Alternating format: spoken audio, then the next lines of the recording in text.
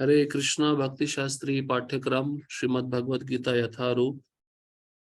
कल हमने अध्याय क्रमांक 14 समाप्त किया था, जिसके अंत के सत्र में भगवान कहते हैं सतोगुण से ज्ञान उत्पन्न होता है, रजोगुण से लोभ उत्पन्न होता है और तमोगुण से अज्ञान, प्रमाद और मोह उत्पन्न होते हैं। और जो सत्वगुणी व्यक्ति होता है वह उच्च लोकों को जाता है। जो रजोगुणी होता है वह इसी संसार में पृथ्वी लोक पे ही रहता है और जो तमोगुणी है वह नरक लोकों में जाता है। तो विभिन्न प्रकार के गुणों के अनुसार विभिन्न प्रकार के स्थान बताए गए हैं। और भगवान ये भी कहते हैं कि जब कोई अच्छी तरह से ये जान लेता है कि समस्त कार्यों में प्रकृति के जो 3 गुण हैं वह कार्य कर रहे हैं, कोई दूसरा करता नहीं है, और साथ ही साथ वह परमेश्वर को जान लेता है जो इन 3 गुणों से परे है, तो वह दिव्य स्वभाव को प्राप्त करता है। इसका अर्थ है भगवान कहते हैं कि मेरे बारे में जानना और प्रकृति के गुण ही जीवों से कार्य करवा रहे हैं, कोई दूसरा करता नहीं है। जब व्यक्ति इसको अच्छे से समझ लेता है तो वह मेरे धाम में प्रवेश कर सकता है। और जब बद्ध जीव इन 3 गुणों को लांघ जाता है तो वह जन्म, मृत्यु, बुढ़ापा और उनके कष्टों से मुक्त हो जाता है और इसी जीवन में रहकर अमृत का आस्वादन करता है। उसके पश्चात अर्जुन ने 3 प्रश्न पूछे थे। जो इन 3 गुणों से परे व्यक्ति है उसके लक्षण क्या क्या है, लक्षणों के द्वारा मैं जानना चाहता हूं। और दूसरा है कि उसका आचरण कैसा होता है, वह कैसे व्यवहार करता है। और तीसरा प्रश्न था वह प्रकृति के गुणों को किस प्रकार लांघता है। तो भगवान कहते हैं कि प्रकाश, आसक्ति और मोह की उपस्थिति होने पर वह जीव न उनसे घृणा करता है, न लुप्त हो जाने पर उनकी इच्छा करता है। तो इन भौतिक गुणों में समस्त परिस्थितियों में वह निश्चल तथा अविचलित रहता है। तो ये पहले प्रश्न का उत्तर था। और दूसरे प्रश्न का उत्तर था कि क्या आचरण है, क्या लक्षण है। तो भगवान कहते हैं कि मिट्टी के ढेले, पत्थर एवं स्वर्ण के टुकड़े, मान और अपमान, सुख तथा दुख इस सब में एक समान रहता है, इनको समान दृष्टि से देखता है। और अनुकूल स्थिति आए, प्रतिकूल स्थिति आए, इसके प्रति भी वह समान दृष्टि रखता है। धीर व्यक्ति प्रशंसा और बुराई, मान तथा अपमान इनको समान भाव से देखता है।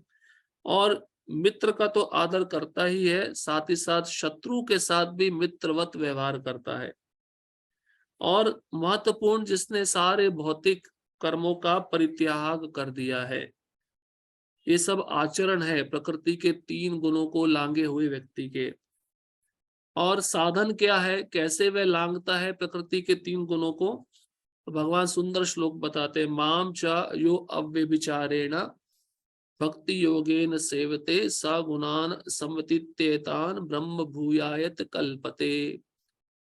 तो जो अव्यभिचारिणी भक्ति है, बिना विचलित हुए वह भक्त भगवान की सेवा में लगा रहता है, तो 3 प्रकार के गुणों को बहुत ही सरलता से लांघ जाता है, ब्रह्मभूत अवस्था में पहुंच जाता है। तो भक्ति एकमात्र साधन है प्रकृति के 3 गुणों को लांघने का। क्योंकि हमने पहले भी चर्चा किया था, भक्ति को अकर्म भी कहते हैं। अकर्म मतलब जो पाप पुण्य से परे है, जिसमें पाप पुण्य का प्रभाव नहीं होता। और उस अध्याय के अंतिम श्लोक में भगवान कहते हैं, ब्रह्मणो ही प्रतिष्ठा हम।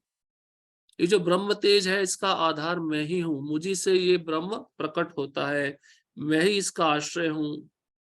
और जो अमर्त्य है, अविनाशी है तथा शाश्वत है। और प्रभुपाद जी उसके तात्पर्य के अंतिम भाग में भक्ति की कुछ प्रक्रियाएं लिखे हैं कि साधु का संग करना चाहिए, भगवान को अर्पित करके प्रसाद ग्रहण करना चाहिए और भगवान के चरण कमलों में चढ़ाए गए पुष्पों को सूंघना चाहिए, उनके धाम में जाकर उनकी लीला स्थलियों का दर्शन करना चाहिए और साथ ही साथ उसको बड़े प्रेम से भक्तों के साथ में भागवतम भगवत गीता का अध्ययन श्रवण करना चाहिए और हरे कृष्ण महामंत्र का जप करना चाहिए।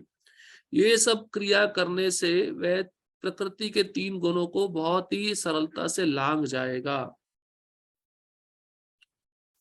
अब आज हम अध्याय क्रमांक 15 प्रारंभ करने जा रहे हैं, जिसका शीर्षक है पुरुषोत्तम योग। इसमें लगभग 20 श्लोक हैं। तो पहले जो 6 श्लोक हैं, श्लोक क्रमांक 1 से लेकर 6 श्लोक तक, ये भौतिक जगत से आध्यात्मिक जगत की ओर जीव कैसे जा सकता है उसका वर्णन करते हैं। भगवान इसमें कहते हैं भौतिक जगत एक वट वृक्ष के समान है, अश्वत्थ वृक्ष के समान है। इसकी शाखाएं अनेक लोक हैं, 3 गुण पोषण की प्रक्रियाएं हैं, टहनियां इसकी इंद्रिय विषय हैं और सहायक जड़े सकाम कर्म है। तो ये भौतिक जगत उल्टा वृक्ष है, मूल वृक्ष तो आध्यात्मिक जगत है। और उसके पश्चात भगवान फिर इस भौतिक जगत से बाहर कोई निकलना चाहता है तो विरक्ति की कुल्हाड़ी के विषय में बताते हैं कि विरक्ति की या वैराग्य की कुल्हाड़ी से इसे काटा जा सकता है। मतलब ज्ञान वैराग्य जब किसी भक्त के पास होगा तो ज्ञान की कुल्हाड़ी से वह इस भौतिक रूपी वृक्ष की जड़ को काट सकता है और भगवान कृष्ण की शरण ग्रहण करके आध्यात्मिक जगत को प्राप्त कर सकता है। ये पहले 6 श्लोकों में भगवान बताएंगे और 7वें श्लोक से लेके 11 श्लोक तक जीव का देहांतरण। ये जीव कृष्ण का अंश है, लेकिन मन और 5 इंद्रियों के साथ इस संसार में संघर्ष कर रहा है। मनश्ष्टानि इंद्रियाणि प्रकृतिस्थानि कर्षति। और एक के बाद एक भौतिक शरीर बदलता रहता है। जीव कैसे एक शरीर से दूसरे शरीर में जाता है, ये श्लोक क्रमांक 7 से लेके 11 में भगवान बताएंगे। आत्मा का देहांतरण, आत्मा एक शरीर छोड़कर दूसरे शरीर में कैसे प्रवेश करती है। और श्लोक क्रमांक 12 से लेके 15 तक कृष्ण इस जगत में हमारे पालनकर्ता के रूप में रहते हैं, उसकी स्थिति को समझना। कृष्ण हमारे पालन करता है, कैसे सूर्य के द्वारा प्रकाश देते हैं, वे धारक बनते हैं, सभी ग्रहों को धारण करते हैं, जीवन रस प्रदाता के रूप में कृष्ण विद्यमान रहते हैं। मतलब कृष्ण पालनकर्ता के रूप में इस स्थिति को समझना ये श्लोक क्रमांक 12 से 15 में बताया गया है। और व्यक्तिगत स्तर पर तो हर एक के हृदय में परमात्मा रूप में तो रहते ही है। सर्वस्य चाहम हृदय सन्निविष्टो मत्ता स्मृतिर ज्ञान मपोहनम चा। और साथ ही साथ पाचन अग्नि के रूप में भी रहते हैं कृष्ण हमारे पेट में।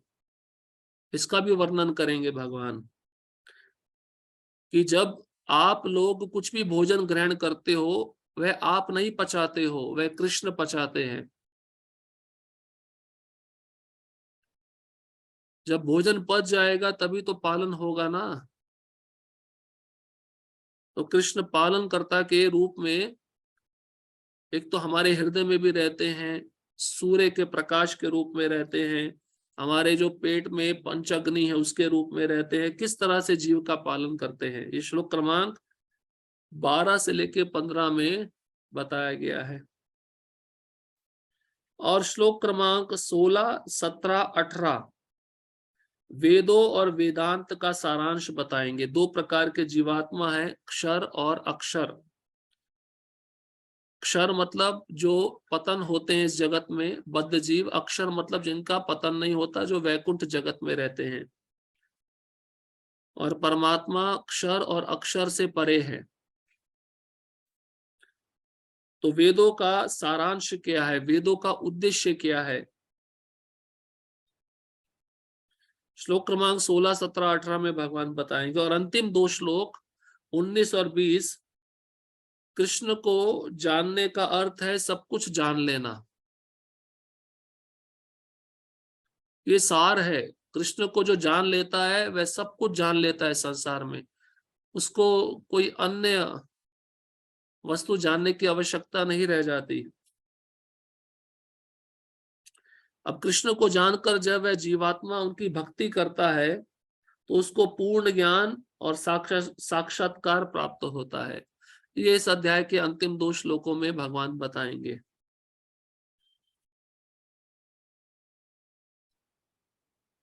अब देखिए 14वें अध्याय के अंत में 27वें श्लोक में भगवान बोले थे, ब्रह्मणो ही प्रतिष्ठा हम, ब्रह्म मेरा आधार है और मैं परम आश्रय हूं। ठीक है। अब कृष्ण ने यह भी कहा कि भक्ति करने से भौतिक गुणों को पार किया जा सकता है। उसी श्लोक के तात्पर्य में प्रभुपाद जी लिखे हैं ना, जो भक्ति करता है वो प्रकृति के 3 गुणों को लांग जाता है, पार कर जाता है और ब्रह्म अवस्था को प्राप्त होता है।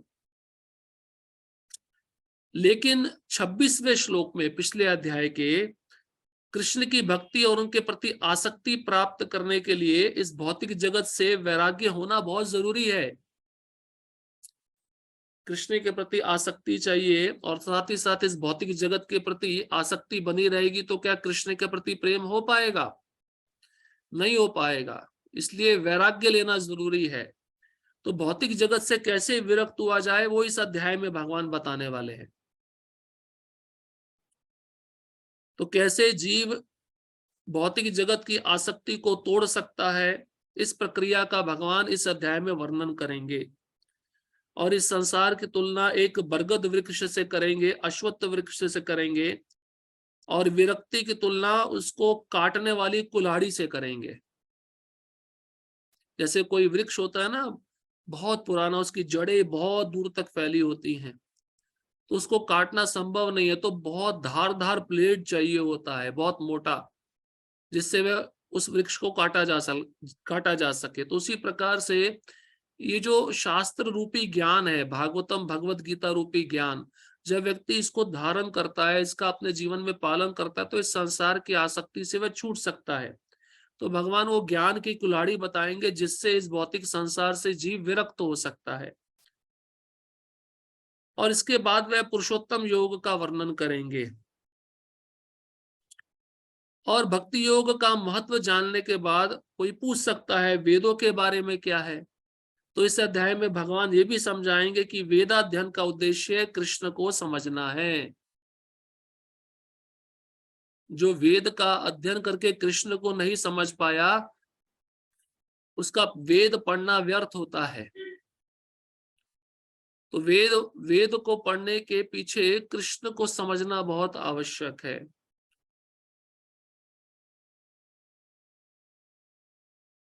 अध्याय 15 पुरुषोत्तम योग, श्लोक क्रमांक 1, श्री भगवान उवाच ऊर्ध्वमूलमधः शाखम् अश्वत्थं प्राहुरव्ययम् छन्दांसि यस्य पर्णानि यस्तं वेद स वेदवित्। भगवान ने कहा जाता है कि एक शाश्वत अश्वत्थ वृक्ष है जिसकी जड़ें तो ऊपर की ओर हैं और शाखाएं नीचे की ओर, तथा पत्तियां वैदिक स्तोत्र हैं। जो इस वृक्ष को जानता है वह वेदों का ज्ञाता है। आपने कभी ऐसा वृक्ष देखा है जिसकी जड़ें ऊपर की ओर, शाखाएं नीचे की ओर? देखा है? नहीं देखा? नदी के तट पे बैठ जाओ, नदी में देखो, नदी के तट पे कोई वृक्ष दिखेगा, नदी के तट पे बैठ जाओ, उस पानी में देखो, वो वृक्ष आपको उल्टा दिखेगा, उसका प्रतिबिंब दिखेगा, परछाई दिखेगा। तो ये संसार उल्टा वृक्ष है। इसका मतलब क्या है? परछाई है तो असली वस्तु भी होगी ना। ये प्रतिबिंब है आध्यात्मिक जगत का, तो मूल वृक्ष कहाँ पे है? मूल वृक्ष तो फिर वैकुंठ जगत में है, जहां पर जीवात्मा और भगवान का जो संबंध है वो प्रेममय है, किसी स्वार्थ पे आधारित नहीं है, किसी काम पे आधारित नहीं है।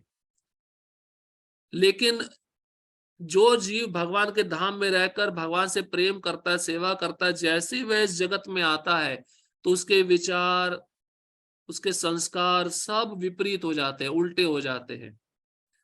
वो प्रेम काम में बदल जाता है, इसलिए इसको उल्टा वृक्ष कहा गया है।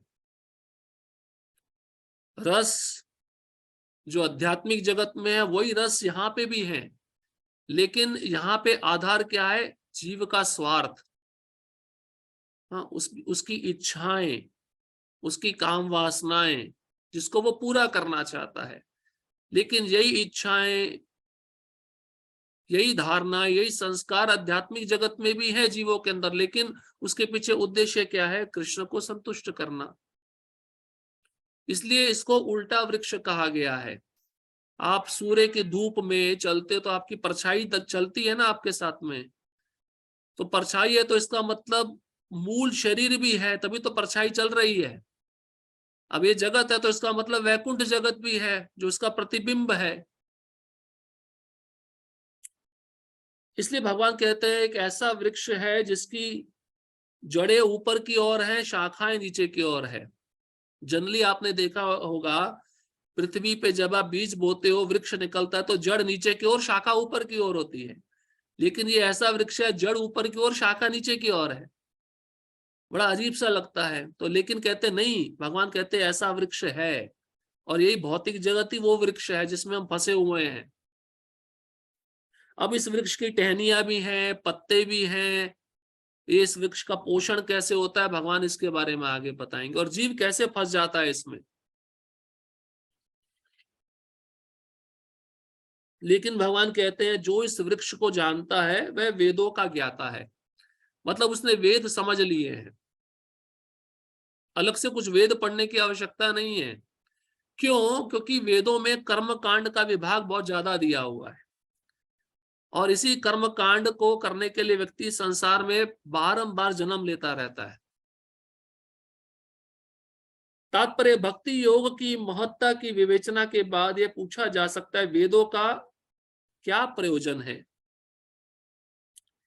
इस अध्याय में बताया गया है कि वैदिक अध्ययन का प्रयोजन कृष्ण को समझना है। वेदेश्च सर्वेर अहमेव विद्या वेदांत विद कृत वेद विदेव चाहम।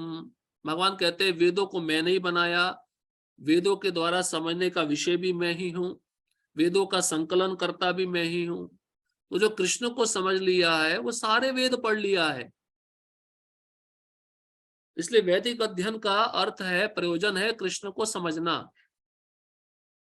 अतएव जो कृष्ण भावना भावित है, जो भक्ति में रत है, वे वेदों को पहले से जानता है। अब आप बोलेंगे प्रभु जी हमने तो वेद पढ़े नहीं, और वेद पढ़ना बहुत कठिन है, वो सूत्र के रूप में दिए गए हैं। सूत्र मतलब कोटेशन। जैसे उदाहरण के रूप में अथातो ब्रह्म जिज्ञासा, अब इससे आप क्या समझोगे? ये दो ही शब्द है, अथातो ब्रह्म जिज्ञासा, बस। इसका अर्थ है जीवात्मा इस संसार में आया तो उसको ब्रह्म की जिज्ञासा करनी चाहिए। ब्रह्म मतलब भगवान, भगवान के विषय में जिज्ञासा करनी चाहिए। ये वेद ऐसे शुरू होते हैं, इनको बहुत ही बुद्धिमान व्यक्ति, संस्कृत भाषा में पारंगत वही समझ सकता है। लेकिन कितना सरल है, अगर कोई कृष्ण को समझ लेता है, कृष्ण की भक्ति में लगा है, कृष्ण की सेवा कर रहा है, वो वेदों को पहले ही जान चुका है। सार वस्तु कृष्ण है। इस भौतिक जगत के बंधन की तुलना अश्वत्थ के वृक्ष से की गई है। जो व्यक्ति सकाम कर्मों में लगा है उसके लिए इस वृक्ष का कोई अंत नहीं है। बिल्कुल सही बात है। सकाम कर्म मतलब कर्म कांड, जिसको स्वर्ग जाना है, उच्च लोकों में जाना है, भौतिक इच्छाएं मन में भरी हुई हैं, देवताओं का उपासक है, तो उसके लिए प्रभुपाद जी लिख रहे हैं कि इस वृक्ष का कोई अंत नहीं है। मतलब वो एक डाली से दूसरी डाली में घूमता रहेगा, जैसे बंदर एक डाली से दूसरी डाली पे कूदता रहता है। क्योंकि ये वृक्ष इतना गहन है कि हर एक शाखा पे सकाम कर्मों का वर्णन किया गया है। आप ये पूजा करोगे तो आपको ये फल मिलेगा, ये करोगे तो ये मिलेगा, तो व्यक्ति इसी में उलझा रहता है, और उसके मन में इतनी इच्छाएं, उन्हीं इच्छाओं को पूरा करने के लिए इसी वृक्ष में उलझा रहता है। वह एक शाखा से दूसरे में और दूसरी से तीसरी में घूमता रहता है। मतलब इच्छाएं, ये शाखाएं क्या है? इच्छाएं हैं उस वृक्ष की।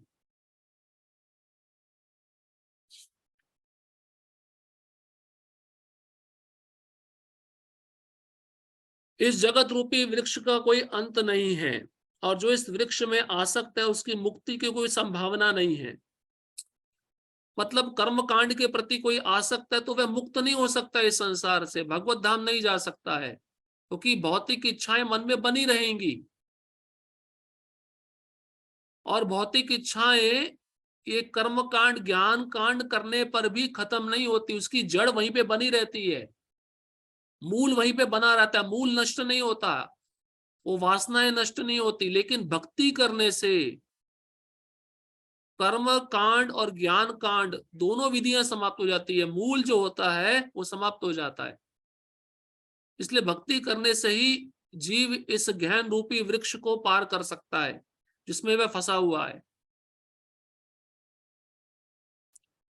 इसलिए कहते हैं कृष्ण का एक नाम है मुकुंद, जो मुक्ति प्रदाता है, जो उनकी शरण में आता है वही इस अश्वत्थ रूपी वृक्ष से मुक्ति प्राप्त कर सकता है, अन्यथा कोई संभावना नहीं है।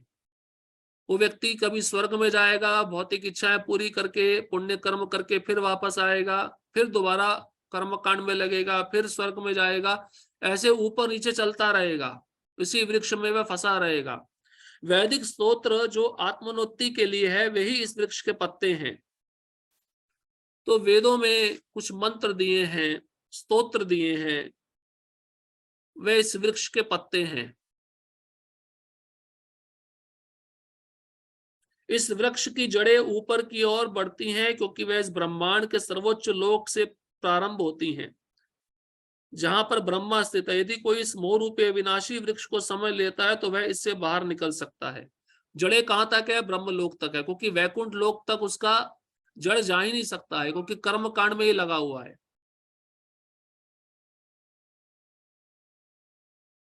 तो इस वृक्ष को समझने के बाद ज्ञान की कुल्हाड़ी से इसको काटने का प्रयत्न करना चाहिए। मतलब कर्म कांड छोड़कर जब कोई भक्ति में लग जाता है तब इस वृक्ष को बहुत आसानी से काट लेता है। बाहर निकलने की इस विधि को जानना आवश्यक है। पिछले अध्यायों में बताया जा चुका है कि भव बंधन से निकलने की कई विधियां हैं। हम 13वें अध्याय तक ये देख चुके हैं कि भगवत भक्ति ही सर्वोत्कृष्ट विधि है। बहुत सारी विधियां है ना, कर्म योग, ज्ञान योग, अष्टांग योग, फिर भक्ति योग, लेकिन भक्ति योग सबसे श्रेष्ठ विधि है इस वृक्ष से बाहर निकलने की। भक्ति का मूल सिद्धांत है भौतिक कार्यों से विरक्ति तथा भगवान की दिव्य सेवा में अनुरक्ति। तो भौतिक कार्यों से विरक्ति मतलब नेगेटिव, और भगवान की सेवा के प्रति आसक्ति मतलब पॉजिटिव। तो दोनों चीज होनी चाहिए। भगवान के प्रति सेवा करते करते इस संसार से आसक्ति स्वतः ही समाप्त हो जाती है। तो भक्ति करने पर ज्ञान वैराग्य स्वयं आ जाते हैं। वो ज्ञान वैराग्य को अलग से प्राप्त करने का कोई आवश्यकता नहीं होता, क्योंकि ज्ञान वैराग्य भक्ति के ही दोनों पुत्र हैं। इस अध्याय के प्रारंभ में संसार से आसक्ति तोड़ने की विधि का वर्णन हुआ है। इस संसार की जड़ें ऊपर को बढ़ती हैं, इसका अर्थ है कि ब्रह्मांड के सर्वोच्च लोक से पूर्ण भौतिक पदार्थ से प्रक्रिया शुरू होती है। मतलब ब्रह्म लोक से ये शुरू हो जाता है प्रक्रिया, ब्रह्म लोक तक जाकर भी व्यक्ति संसार में आता रहता है, बारंबार जीव देहांतरण करता रहता है। तो जड़ें कहां तक है? ब्रह्म लोक तक है, बहुत ऊंचा लोक है। वहीं से सारे ब्रह्मांड का विस्तार होता है, जिसमें अनेक लोक उसकी शाखाओं के रूप में होते हैं। तो शाखाएं विभिन्न प्रकार के लोक हैं, चंद्र लोक, सूर्य लोक, वरुण लोक। तो जिस जीव की जिस लोक में जाने की इच्छा है वह उस शाखा में रहकर उस देवता की पूजा आराधना करके उनको संतुष्ट करके उस लोक में चला जाता है। लेकिन भगवान के धाम तक जब तक नहीं जाएगा तब तक उसको पुनरअपि जन्मम पुनरअपि मरणम इस चक्र में पड़े रहना होगा। इसके फल जीवों के कर्मों के फल के अर्थात धर्म, अर्थ, काम तथा मोक्ष के द्योतक हैं। तो अब वृक्ष है तो फल भी होंगे ना, तो फल बताया जा रहा है यहाँ पे। फल क्या है? 4 फल हैं, धर्म, अर्थ, काम और मोक्ष। व्यक्ति इसी को तो प्राप्त करने के लिए कर्म करता है। अब कलयुग में धर्म भी रहा नहीं, और मोक्ष की तो कुछ, मोक्ष के विषय में कुछ भी पता नहीं है। तो बीच की दो चीजें हैं, अर्थ और काम। तो व्यक्ति सोचता है सकाम कर्म करके मुझे पैसा मिलेगा या भौतिक इच्छाएं संतुष्ट होंगी, ये दो चीजें मेरे पास हैं। अर्थ मतलब वित्त, धन, और काम मतलब उस धन से अपनी इंद्रियों को संतुष्ट करना। यद्यपि इस संसार में ऐसे वृक्ष का जिसकी शाखाएं नीचे की ओर हो तथा जड़ें ऊपर की ओर हो कोई अनुभव नहीं है। जैसे पहले भी प्रश्न पूछा गया कि ऐसा वृक्ष आपने देखा है, तो सही बात है, किसी ने ऐसा वृक्ष देखा ही नहीं है रियलिटी में, सच्चाई में। लेकिन ये वृक्ष ऐसा है कि दिखता नहीं है, अदृश्य वृक्ष है। किंतु बात कुछ ऐसी ही है, ऐसा वृक्ष जलाशय के निकट पाया जा सकता है। देखिए उदाहरण आ गया, किसी नदी के पास में आप बैठोगे, नदी में देखोगे वृक्ष उल्टा दिखेगा। तो ये इस भगवत गीता के इस अध्याय को याद रखना।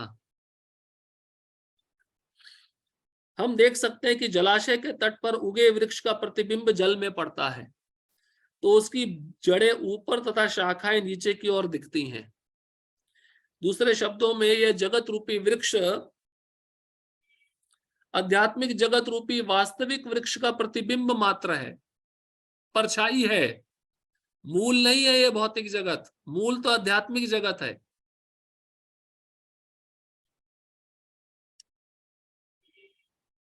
इस आध्यात्मिक जगत का प्रतिबिंब हमारी इच्छाओं में स्थित है, जिस प्रकार वृक्ष का प्रतिबिंब जल में रहता है। तो ये परछाई क्या है, यहाँ पे बताते हैं, ये परछाई हमारी इच्छाओं में बैठी हुई है। जैसे मूल वृक्ष का प्रतिबिंब जल में रहता है, ऐसे ही आध्यात्मिक जगत का वृक्ष हमारी इच्छाओं में है। इच्छा भी कैसी है, विपरीत है, उल्टी है, अपोजिट है। जो इच्छा भगवान की सेवा करने की होनी चाहिए, वो इच्छा अभी हमें भोग करने की है। इच्छा ही इस प्रतिबिंबित भौतिक प्रकाश में वस्तुओं के स्थित होने का कारण है। तो हम क्यों आए इस संसार में? इच्छाओं के कारण। जो व्यक्ति इस भौतिक जगत से बाहर निकलना चाहता है, उसे वैश्लेषिक अध्ययन के माध्यम से इस वृक्ष को भली भांति जान लेना चाहिए। फिर वह इस वृक्ष से अपना संबंध विच्छेद कर सकता है। वैश्लेषिक मतलब सांख्य दर्शन, सांख्य योग, जो कपिल भगवान ने माता देवती को बताया था। ये भी भक्ति योग ही है, लेकिन 24 तत्वों का अपने क्या कहते हैं, चिंतन के द्वारा उसको मनन करना, मनन चिंतन करना 24 तत्वों के विषय में, कि जगत पूरे 24 तत्वों से बना है, इसको कहते हैं वैश्लेषिक अध्ययन। लेकिन और भी सरल उपाय है, वो है भक्ति। वो भक्ति करने से स्वतः ही इस वृक्ष के प्रति आसक्ति समाप्त हो जाती है। यह वृक्ष वास्तविक वृक्ष का प्रतिबिंब होने के कारण वास्तविक प्रतिरूप है। आध्यात्मिक जगत में सब कुछ है, ब्रह्म को निर्विशेषवादी इस भौतिक वृक्ष का मूल मानते हैं, और सांख्य दर्शन के अनुसार इसी मूल से पहले प्रकृति, पुरुष और तब 3 गुण निकलते हैं, और फिर 5 स्थूल तत्व, 5 महाभूत, फिर 10 इंद्रियां, दशेंद्रियां, मन आदि। इस प्रकार वे सारे संसार को 24 तत्वों में विभाजित करते हैं। तो ये वृक्ष कैसे बनता है उसका वर्णन किया जा रहा है। 24 तत्व हैं, 5 ज्ञानेन्द्रियां, 5 कर्मेंद्रियां, 5 इंद्रिय विषय, 5 महाभूत, मन, बुद्धि, अहंकार और आत्मा। यदि ब्रह्म समस्त अभिव्यक्तियों का केंद्र है, तो एक प्रकार से भौतिक जगत 180 अंश गोलार्ध में है, और दूसरे 180 अंश गोलार्ध में आध्यात्मिक जगत है। चूंकि यह भौतिक जगत उल्टा प्रतिबिंब है, अतः आध्यात्मिक जगत में भी इसी प्रकार की विविधता होनी चाहिए। विविधता मतलब वैरायटी। अब यहाँ पे आपको रंग बिरंगे कलर दिखते हैं, रंग बिरंगे कपड़े दिखते हैं, रंग बिरंगे पकवान दिखते हैं, तो वैसी विविधता आध्यात्मिक जगत में भी है। तो मायावादी क्या सोचते हैं, आध्यात्मिक जगत में कोई विविधता नहीं है, इसलिए वो भगवान के रूप को स्वीकार नहीं करते। लेकिन जो भक्त होता है वो तो पूरी तरह से भगवान की सेवा में लगना चाहता है, और वो विविधता का आस्वादन भी करता है। तो आप सोचो, उदाहरण के रूप में अगर रोज आपको खाने के लिए खिचड़ी देते रहे, खिचड़ी खिचड़ी खिचड़ी, तो एक दिन क्या होगा? आप फिर सोचोगे क्या हो रहा है हमारे साथ में, कुछ और नहीं है क्या खाने को? तो मायावादी सोचते हैं विविधता है ही नहीं, लेकिन भक्त को रोज नया नया खिलाओगे तो कितना उत्साही रहेगा। कारण क्योंकि आध्यात्मिक जगत में भी विविधता है, वैरायटी है। प्रकृति परमेश्वर की बहिरंगा शक्ति है और पुरुष साक्षात परमेश्वर है। इसकी व्याख्या भगवत गीता में हो चुकी है। चूंकि ये अभिव्यक्ति भौतिक है अतः क्षणिक है। अभी ये जगत कैसा है? मिथ्या नहीं है, भगवान की शक्ति के द्वारा निर्मित है, झूठा नहीं है, लेकिन क्षणिक है। क्षणिक समझते हो? शाश्वत नहीं है, स्थायी नहीं है, अस्थाई है। प्रतिबिंब भी क्षणिक होता है। देखा ना आपने, परछाई कुछ समय के लिए रहती है, और जब सूर्य चला जाता है, रोशनी नहीं होती, तो परछाई भी नहीं रहती, क्षणिक हुई ना। क्योंकि कभी वह दिखता है और कभी नहीं दिखता। कहने का मतलब ये है, ये भौतिक जगत कभी रहता है मतलब व्यक्त, और कभी नहीं रहता, जब प्रलय हो जाता तो अव्यक्त, क्षणिक है। परंतु वह स्तोत्र जहां से प्रतिबिंबित होता है, शाश्वत है। मतलब जहां से इसका शेडो आ रहा है, वैकुंठ जगत वो शाश्वत है, लेकिन ये शाश्वत नहीं है। जैसे परछाई शाश्वत नहीं है, लेकिन जो मूल पर शरीर है जहां से परछाई आ रही है, वो शरीर शाश्वत है। समझे? वास्तविक वृक्ष के भौतिक प्रतिबिंब का विच्छेदन करना होता है। मतलब इस वृक्ष को, जो आसक्ति बनी है इस वृक्ष के प्रति, उस आसक्ति को काटना होगा, विच्छेदन करना होगा। जब कोई कहता है कि अमुक व्यक्ति वेद जानता है, तो इससे समझा जाता है कि वह इस जगत की आसक्ति से विच्छेद करना जानता है। यदि वह इस विधि को जानता है तो समझिए कि वह वास्तव में वेदों को जानता है। मतलब जो भक्ति कर रहा है, वास्तव में वह इस वृक्ष को काटने की प्रक्रिया को जानता है, और वेदों को भी जानता है, क्योंकि वेदों में कृष्ण का वर्णन है अप्रत्यक्ष रूप से। जो व्यक्ति वेदों के कर्मकांड द्वारा आकृष्ट होता है, वह इस वृक्ष की सुंदर हरी पत्तियों से आकृष्ट होता है। जो कर्मकांड में लगा है ना, वो देखता है इस वृक्ष में कितनी सुंदर सुंदर हरी हरी पत्तियां हैं। तो हरी पत्तियां क्या है? ये जो विभिन्न प्रकार के लोक है ना, उसमें जाकर भौतिक भोग करने की सुविधाएं। जैसे स्वर्ग में नंदन कानन वन है, अप्सराएं हैं, सोमरस हैं। तो हरी पत्तियां दिखती हैं उसको, और सोचता है यही जीवन का उद्देश्य है, मुझे यहीं पे जाना है, इसके आगे कोई दूसरी जगह है ही नहीं। तो फिर वहां पे जाने के लिए वो कर्म कांड में लग जाता है, प्रयत्न करता है, क्योंकि उसको वह सब भौतिक भोग चाहिए, इंद्रिय तृप्ति चाहिए। वह वेदों के वास्तविक उद्देश्य को नहीं जानता। वेदों का वास्तविक उद्देश्य कृष्ण को जानना है, लेकिन कर्म कांड में भौतिक इच्छाओं में लिप्त होकर वह वेदों के वास्तविक उद्देश्य को भूल जाता है। वेदों का उद्देश्य भगवान ने स्वयं प्रकट किया है, और वह इस प्रतिबिंबित वृक्ष को काट कर आध्यात्मिक जगत के वास्तविक वृक्ष को प्राप्त करना। तो वेदों का उद्देश्य क्या है? वेदों का उद्देश्य भी यही है कि जिस जगत में हम आए हैं, इस जगत के प्रति हमने आसक्ति बना ली है, उस आसक्ति को काट कर ज्ञान की कुल्हाड़ी से हमें वापस भगवान के धाम वापस जाना चाहिए। ये वेदों का उद्देश्य है। वेद इसी के बारे में बता रहे हैं। अब इसलिए वेद व्यास जी ने क्या किया, वेद पढ़ना बहुत मुश्किल है, समझना बहुत मुश्किल है, इसलिए उन्होंने वेदांत सूत्र लिखा, और वेदांत सूत्र के ऊपर जो भाष्य लिखा वो भागवतम है। इसलिए भागवतम को पढ़ना, सुनना, समझना बहुत आसान है। इसलिए भागवतम में जो एक बार रस ले लेता है, अमृत चख लेता है, वो फिर दोबारा इस संसार में नहीं आएगा। क्योंकि भागवतम में क्या है, केवल कृष्ण और कृष्ण के शुद्ध भक्तों का गुणगान है, बस। वहां पे धर्म अर्थ काम मोक्ष इसका कोई वर्णन नहीं है। इसलिए भागवतम के पहले स्कंद के पहले अध्याय के पहले श्लोक में ही बता दिया, यहाँ पे जो कैटव धर्म है, कैटव धर्म मतलब चीटिंग रिलीजन, धोखा देने वाला धर्म, उसका कोई स्थान नहीं है। यहाँ पे केवल शुद्ध भक्ति है।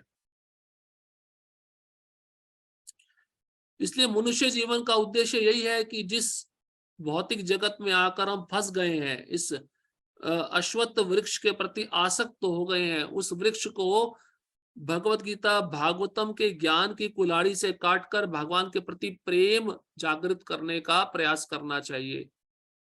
तब इस वृक्ष से हम बाहर निकल सकते हैं। जैसे जेल में कोई व्यक्ति जाता है तो बहुत बड़ा गुनाह करके जाता है ना, अपराध करके जाता है। अब जेल में भी जाकर वह वहां के रूल्स रेगुलेशन को फॉलो नहीं करेगा तो उसको और समय जेल में रखा जाएगा। वहां का जो शासन है, प्रशासन है, उसको और दंड देगा।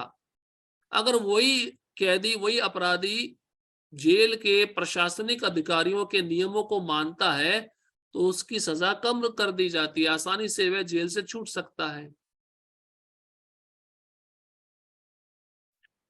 अब श्लोक क्रमांक 2 में इस वृक्ष के बारे में और कुछ बताया गया है। अदष्ट चोर्वधम प्रसतास्तस्य शाखा गुण प्रवद्दा विषय प्रवाल अधष्ट मूल्यान नुसंततानि कर्मानुबंधिनी मनुष्य लोके। इस वृक्ष की शाखाएं ऊपर तथा नीचे फैली हुई हैं और प्रकृति के 3 गुणों द्वारा पोषित है। पानी कहां से आ रहा है? प्रकृति के 3 गुणों से आ रहा है। देखिए, वृक्ष है, पोषण मिलेगा तभी तो बढ़ेगा ना। रजोगुण के द्वारा सकाम कर्म किया जा रहा है, इसलिए भौतिक इच्छाएं पूरी हो रही हैं। तो रजोगुण पानी है, वो उस जड़ को पानी दे रहा है। रजोगुण, तमोगुण, सत्वगुण। इसकी टहनियां इंद्रिय विषय हैं। टहनियां क्या है? इंद्रिय विषय। शब्द, रूप, रस, गंध, स्पर्श, ये इंद्रिय विषय। कानों के लिए शब्द, नाक के लिए गंध, जीवा के लिए रस, त्वचा के लिए स्पर्श, आंख के लिए रूप। ये 5 इंद्रिय विषय इस अश्वत्थ वृक्ष, भौतिक जगत रूपी वृक्ष की टहनियां है। इसमें जीव फंसा हुआ है, इन्हीं 5 इंद्रिय विषयों में वह फंसा हुआ है। देख रहे हैं ना, हम रोज बहुत सारे ऐसे दृश्य देखते हैं जो मन को विचलित करने वाले होते हैं। बहुत सारे ऐसे शब्द सुनते हैं जो मन को विचलित करते हैं। तो इन्हीं विषयों में जीव फंसा हुआ है, इन्हीं टहनियों में फंसा हुआ है। एक टहनी से दूसरी टहनी में कूद रहा है। कभी जीवा को अच्छा आस्वादन मिल जाता है, व्यंजन मिल जाते हैं, तो कानों के लिए सुंदर संगीत चाहिए। कानों का संगीत हो गया तो देखने के लिए कुछ सुंदर रूप चाहिए। अब सुंदर रूप हो गया तो सूंघने के लिए कुछ सुगंध चाहिए। इन्हीं टहनियों में घूम रहा है वो। ये इंद्रिय विषयों ने जीव को पकड़ के रखा हुआ है संसार में। और इस वृक्ष की जड़ें नीचे की ओर भी जाती हैं। देखिए कैसा वृक्ष है, जड़ें ऊपर की तरफ भी है, नीचे की तरफ भी है, सब जगह जड़ें ही जड़ें फैली हुई हैं, जो मानव समाज के सकाम कर्मों से बंधी हुई हैं। तो जड़ को सकाम कर्म भी कहा गया है, पोषण को 3 गुण कहा गया है, और टहनियां ये 5 इंद्रिय विषय हैं। कुछ कुछ समझ में आ रहा है वृक्ष ये? ये ना दिखने वाला वृक्ष है, लेकिन फंसे हुए हैं। देखो, जैसे माया नहीं दिखती ना, वो हमको फंसा के रखी हुई है, वैसे वृक्ष ने फंसा के रखा हुआ है, दिख नहीं रहा है।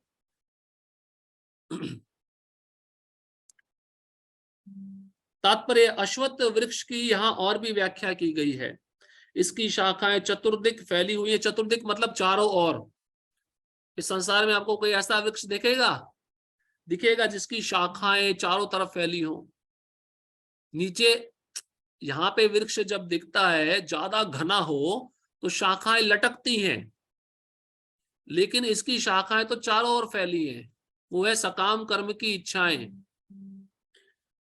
निचले भाग में जीवों की विभिन्न योनियां हैं। अब सुनिए, देखिए प्रभुपाद जी तात्पर्य में बहुत सुंदर वर्णन कर रहे हैं।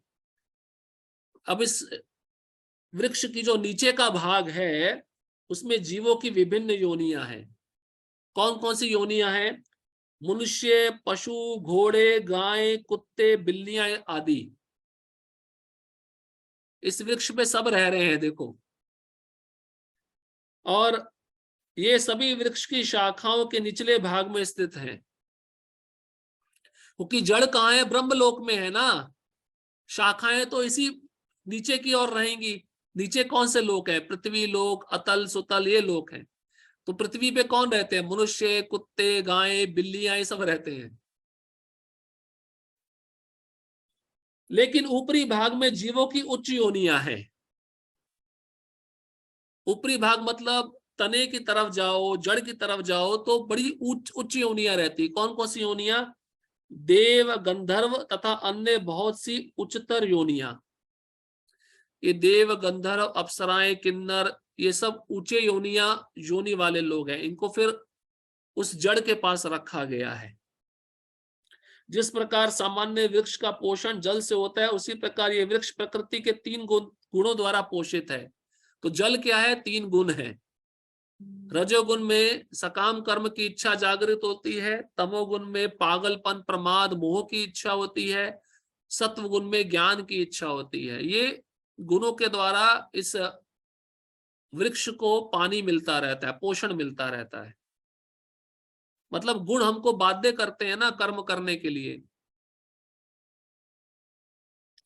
कभी कभी हम देखते हैं कि जलाभाव से कोई कोई भूखंड वीरान हो जाता है, तो कोई खंड लहलहाता है।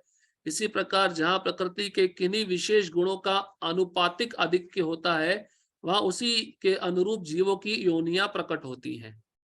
तो जहां रजोगुण ज्यादा है वहां पे मनुष्य की योनियां ज्यादा है, जहां पे तमोगुण ज्यादा है वहां पे पशु पक्षियों की योनि ज्यादा है, जहां पे सत्वगुण ज्यादा है वहां पे देवताओं की योनियां ज्यादा है। तो कहने का मतलब ये है, इस वृक्ष में जहां ज्यादा पानी मिलेगा वहां का भाग ज्यादा फलता फूलता है, पोषण होता है, और जहां पे पानी कम मिलेगा वहां पे भाग सूख जाता है। वृक्ष की टहनियां इंद्रिय विषय है। विभिन्न गुणों के विकास से हम विभिन्न प्रकार की इंद्रियों का विकास करते हैं, और इन इंद्रियों के द्वारा हम विभिन्न इंद्रिय विषयों का भोग करते हैं। इसको कैसे समझा जाए? अब कुत्ते की योनि मिल गई तो कुत्ते की जो योनियां हैं उसमें जो इंद्रियां होती हैं वो अलग प्रकार की होती है। कुत्ते में सूंघने की जो इंद्रियां है बहुत तीव्र होती है। तो जीव जब उस शरीर में जाएगा तो वैसा ही कार्य करेगा, उसकी इंद्रियों का विकास वैसा ही होगा, और इंद्रिय विषयों के द्वारा फिर वह उसी प्रकार के विषयों का भोग करेगा। शाखाओं के सिरे इंद्रियां हैं,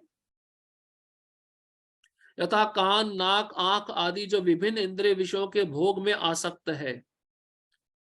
तो शाखाओं के सिरे होते हैं ना, सिरे मतलब एकदम कोने वाली जगह, वो है ज्ञानेंद्रियां, नाक, कान, आंख आदि, जिससे जीव इंद्रिय विषयों में पूरी तरह से आसक्त है, भोगों में लिप्त है। टहनिया शब्द रूप, स्पर्श आदि इंद्रिय विषय हैं। सहायक जड़े राग तथा द्वेष हैं। अब कुछ जड़ ऐसी हैं, राग मतलब आसक्ति, द्वेष मतलब ईर्ष्या। तो जीव जब जिस गुण में रहकर कर्म करता है तो ये 2 चीजें उत्पन्न होती है, राग और द्वेष।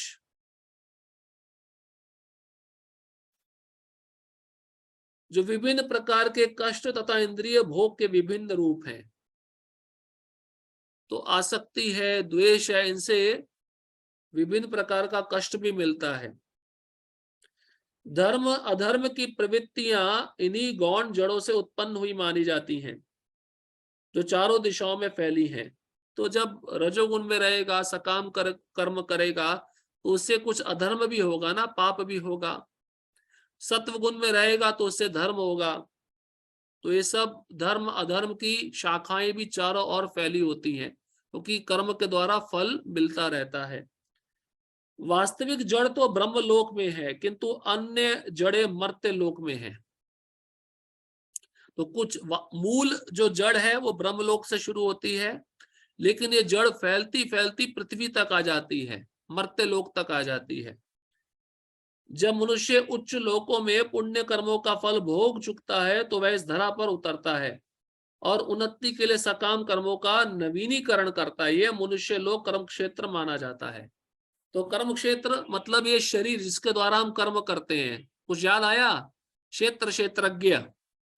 तो इसी शरीर के द्वारा व्यक्ति सकाम करता है, सकाम कर्म करता है तो ऊंचे लोकों में जाता है। जब पुण्य नष्ट होता है वापस आता है, फिर सकाम करता है, सकाम कर्म करता है, फिर ऊंचे लोकों में जाता है। ऐसे वो कर्म क्षेत्र चलता रहता है, कभी ऊपर कभी नीचे, कभी ऊपर कभी नीचे। मतलब ये वृक्ष में वो पूरी तरह फंसा हुआ है। सकाम कर्म कर करके जीव इस वृक्ष में फंसा हुआ है, निकलने का कोई रास्ता नहीं है। जैसे कोई जंगल में चला जाए, गहन जंगल में जहां सूर्य की रोशनी नहीं जाती, तो अब उसको भय लगेगा, बाहर निकलने का रास्ता खोजेगा। चलो वहां पे तो रास्ता मिल भी जाएगा, लेकिन यहाँ पे आके बाहर निकलने का रास्ता कैसे मिलेगा? संभावना बहुत कम है। जिसको भक्ति के विषय में पता है या जो साधु संग कर रहा है वही इस वृक्ष को काट सकता है। अब आगे के 2 श्लोकों में, श्लोक क्रमांक 3 और 4 में भगवान इस वृक्ष को काटने की कुल्हाड़ी बता रहे हैं। विरक्ति, वैराग्य। अगर बाहर निकलना है तो क्या करना पड़ेगा? श्लोक क्रमांक 3 और 4। न रूपमस्ये तथोपलभ्यते नान्तो न चादिर्न च संप्रतिष्ठा अश्वत्थमेनं सुविरूढ़ मूलम असंग शस्त्रेण दृढ़ेन छित्त्वा ततः पदं तत्परिमार्गितव्यम् यस्मिन् गता न निवर्तन्ति भूया तमेव चाद्यं पुरुषं प्रपद्ये यथा प्रवृत्ति प्रसता पुराणी। आप सभी इस वृक्ष से बाहर निकलना चाहते हो? सब चाहते हैं। तो कुछ करना पड़ेगा ना, खाली बैठे नहीं रहना पड़ेगा, कुछ करना पड़ेगा। अब यहाँ पे 2 श्लोकों में भगवान यहां से बाहर निकलने की प्रक्रिया बता रहे हैं। इसी से संबंधित एक प्रसंग भागवतम में बहुत सुंदर आता है। जब कपिल भगवान की माता देवहूति, वह कहती है कि कर्दम मुनि का संग मुझे मिला जो भगवान के भक्त थे, लेकिन मैंने उनका लाभ नहीं उठाया। तो मैं इस संसार के विषयों में फंस चुकी हूँ, वासना में फंस चुकी हूँ। तो अपने पुत्र भगवान कपिल देव की शरण लेकर माता देवहूति कहती है, अभी आप ऐसी कुल्हाड़ी बताइए जिसके धार से मैं इस विषय वासना को काट सकूं। तो कहते हैं ना कि आसक्ति बहुत ही बड़ी हृदय ग्रंथि है। तो हृदय ग्रंथि ऐसी गांठ है, खुलती नहीं है, लेकिन जब साधु का वचन जोर से पड़ता है, जो सत्य साधु सुनाता है या भक्त सुनाते हैं, वो ज्ञान की कुल्हाड़ी है जिससे इस ग्रंथि को काट सकते हो। लेकिन कटेगी कब? जब आप उस साधु की आज्ञा का पालन करोगे। नहीं तो हम सुन भी रहे हैं, घर में भी रह रहे हैं, वही ऊटपटांग क्रियाकलाप चल रहा है, उससे वो ग्रंथि नहीं खुलेगी। अब भगवान विधि बताने जा रहे हैं। देखिए अनुवाद में भगवान कहते हैं, इस वृक्ष के वास्तविक स्वरूप का अनुभव इस जगत में नहीं किया जा सकता। सही बात है ना? ये जगत में इस वृक्ष को देखा नहीं जा सकता है। भगवान बता तो दिए इस वृक्ष के बारे में, लेकिन अब पूछा जाए आपने ऐसा वृक्ष देखा है क्या? बोले हमने तो नहीं देखा। इसलिए भगवान कहते हैं इसका अनुभव नहीं किया जा सकता। कोई भी नहीं समझ सकता है कि इसका आदि कहाँ है, मतलब इस वृक्ष का मूल कहाँ है, कोई समझ नहीं पाया आज तक। क्योंकि इच्छाएं निरंतर बढ़ती जा रही हैं, इच्छाओं को पूरा करने के लिए व्यक्ति इंद्रिय विषयों में लगा पड़ा है। अंत कहाँ है या इसका आधार कहाँ है ये भी पता नहीं है। वही इस वृक्ष का अंत कहाँ है? इच्छाएं अनंत है तो इस वृक्ष की शाखाएं भी अनंत है। और आधार क्या है इसका, सपोर्ट क्या है, ये भी हमें पता नहीं है। लेकिन मनुष्य को चाहिए कि इस दृढ़ मूल वाले वृक्ष को विरक्ति के शस्त्र से काट गिराए। मतलब वैराग्य के शस्त्र से काटना पड़ेगा। लेकिन वैराग्य कैसे आएगा? भक्ति करने से आएगा, नवदा भक्ति करने से आएगा।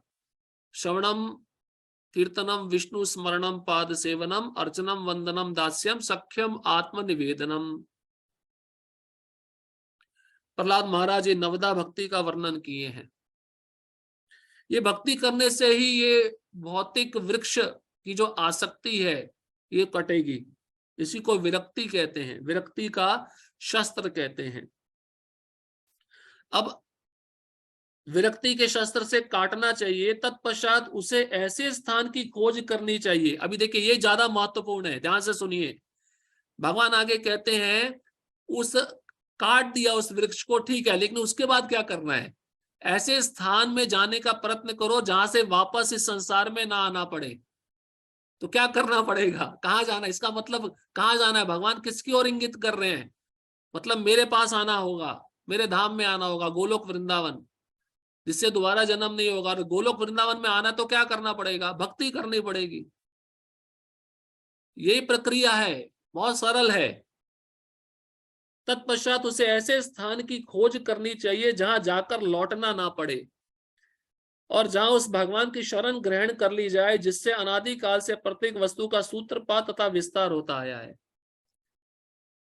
तो हमारा जो घर है वो कहाँ पे है ये भी तो जानना जरूरी है ना। हमारा घर इचलकरंजी में नहीं है, हमारा घर थाने में नहीं है, कहीं पे भी नहीं है जगत में। कितना भी घर बनाओगे वो घर आपको छोड़ना पड़ेगा। माता जी इशारा कर रही है, ऊपर की तरफ है, गोलोक वृंदावन में है। पंछी भी होता है जब दाना चुगने के लिए सुबह निकलता है, जब सूर्यास्त होता है तो देखता है मुझे अपने घर जाना है, लौट के उसी घोंसले में आता है। तो हमारा घोंसला गोलोक वृंदावन में, यहाँ पे तो नकली घोंसला बना के रखा हुआ है। सब नकली के रिश्तेदार बैठे हुए हैं जो एक दूसरे का खून चूस रहे हैं। सत्य बहुत कड़वा होता है लेकिन सुनना चाहिए। कोई यहाँ पे किसी के हित के लिए कार्य नहीं कर रहा है, सब अपने स्वार्थ में लगे हुए हैं। चाहे पुत्र हो, पत्नी हो, पति हो, कोई भी हो, इनको अपना मत समझो। अपना अपने तो केवल कृष्ण हैं और उनके शुद्ध भक्त हैं बस, जो आपका लाभ चाहते हैं, जो आपका वास्तविक हित चाहते हैं। तात्पर्य अब यह स्पष्ट कह दिया गया है कि इस अश्वत्थ वृक्ष के वास्तविक स्वरूप को इस भौतिक जगत में नहीं समझा जा सकता, क्योंकि इसकी जड़ें ऊपर की ओर हैं। अतः वास्तविक वृक्ष का विस्तार विरुद्ध दिशा में होता है। विरुद्ध मतलब ऑपोजिट, ये उल्टा है। लेकिन सत्य का अगर वृक्ष देखा जाए तो उसकी जड़ें तो पृथ्वी में होनी चाहिए, इसके बिल्कुल अपोजिट होनी चाहिए।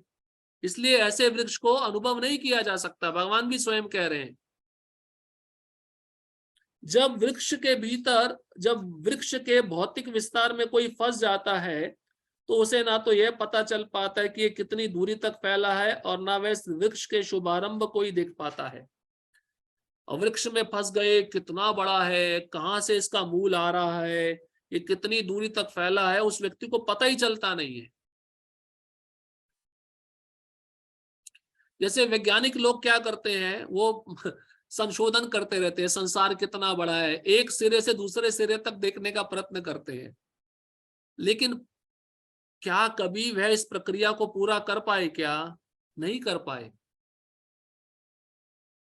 फिर भी मनुष्य को कारण की खोज करनी ही होती है। अब देखिए इसको समझिए, प्रभुपाद जी एक बहुत अच्छे उदाहरण से समझा रहे हैं। कारण मतलब मैं कहां से आया हूं, मैं किसका अंश हूं। हमें तो पता है, भक्तों को पता है हम अच्युत गोत्र हैं। अब इस्कॉन में आने से पहले हमको हमारा गोत्र पूछा जाता था। कोई कहता था कश्यप, कोई कहता था अत्रि, कोई कहता था वशिष्ठ। सप्तऋषि हैं, इन्हीं से सारा संसार संतानें आई है, ठीक है। लेकिन वो सप्तऋषि कहाँ से आए हैं? वो तो ब्रह्मा से आए हैं। ब्रह्मा जी कहाँ से आए हैं? विष्णु से आए। विष्णु कहाँ से आए हैं? कृष्ण से आए हैं। कृष्ण का नाम है अच्युत, इसलिए भक्तों को अपना गोत्र अच्युत बताना चाहिए। हम कृष्ण के वंशज हैं, कृष्ण के अंश हैं। अब देखिए प्रभुपाद जी कहते हैं कारण तो खोजना चाहिए ना कि मैं किसका पुत्र हूं। मैं अमुक पिता का पुत्र हूं, जो अमुक का पुत्र है, आदि। इस प्रकार अनुसंधान करने से मनुष्य को ब्रह्मा प्राप्त होते हैं, जिन्हें गर्भोदकशाही विष्णु ने उत्पन्न किया। इस प्रकार अंततः भगवान तक पहुंचा जा सकता है, जहां सारी गवेषणा का अंत हो जाता है, मतलब सारी प्रॉब्लम खत्म, क्योंकि मूल पता चल गया। मूल है कृष्ण, कृष्ण से ही सब कुछ आ रहा है। अगर हम भी अनुमान लगाएंगे, अनुमान क्या सत्य ही है, हमारे पिता का नाम, उनके पिता का नाम, उनके पिता का नाम, उनके पिता का नाम, ऐसे करते करते कहां तक पहुंचेंगे? कृष्ण तक ही पहुंचेंगे।